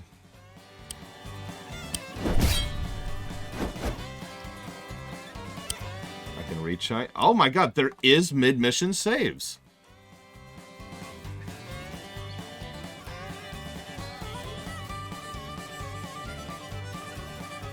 I am wrong. You get the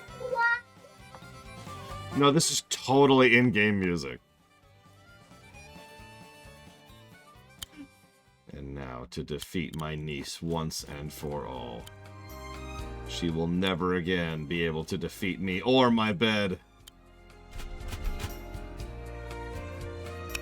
I don't know if that's a gameplay positive, but I am legitimately happy that there's mid-mission checkpoints. Like, that's nice. Because, yeah.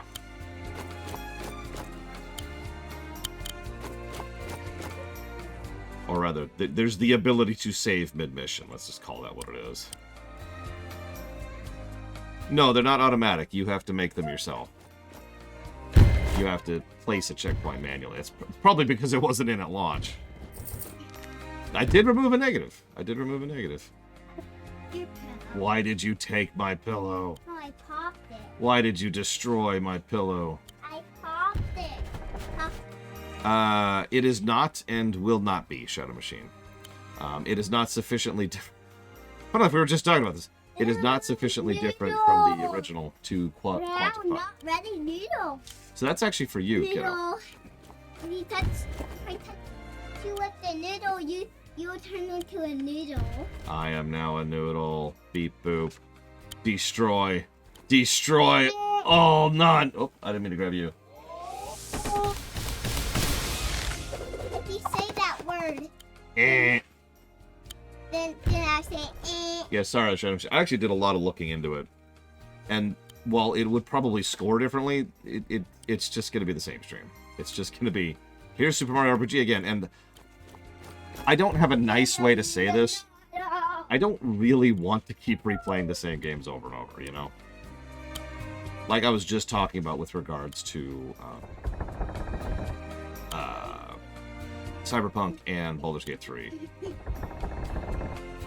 I have a lot, hundreds of other games to get through, you know? I kind of like to do some other games.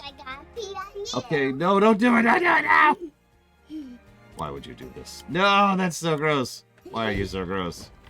I'm not gross for me. Super duper gross for me. You're Oh my god, I'm gross. you're gross because I'm peed on. Oh, okay. We did it! Yeah! All those vampires. This is impossible. Calm down, lady. Is she always like this? This isn't over! I'll crush you! I'm that tired. Mega Man is a little bit different, but you'll notice I'm never going to re-review Mega Man, right?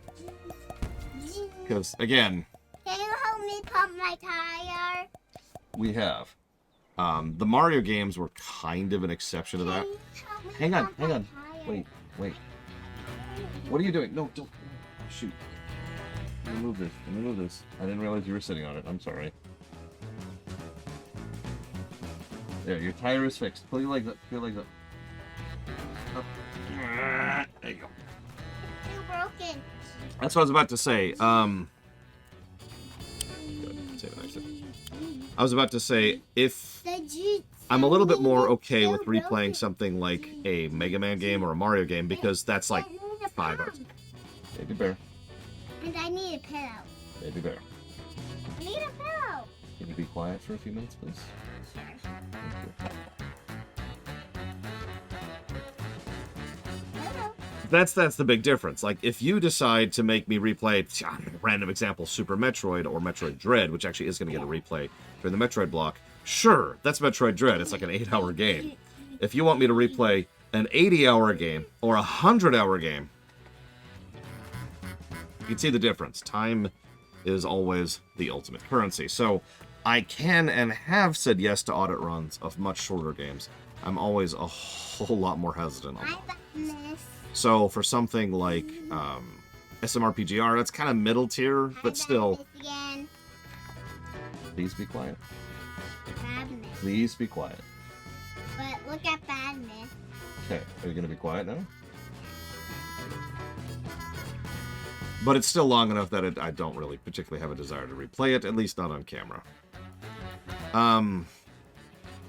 If you're talking about the guessing sheet, Junior Thompson, so the way that Thompson, excuse me, I don't know why I said Thompson.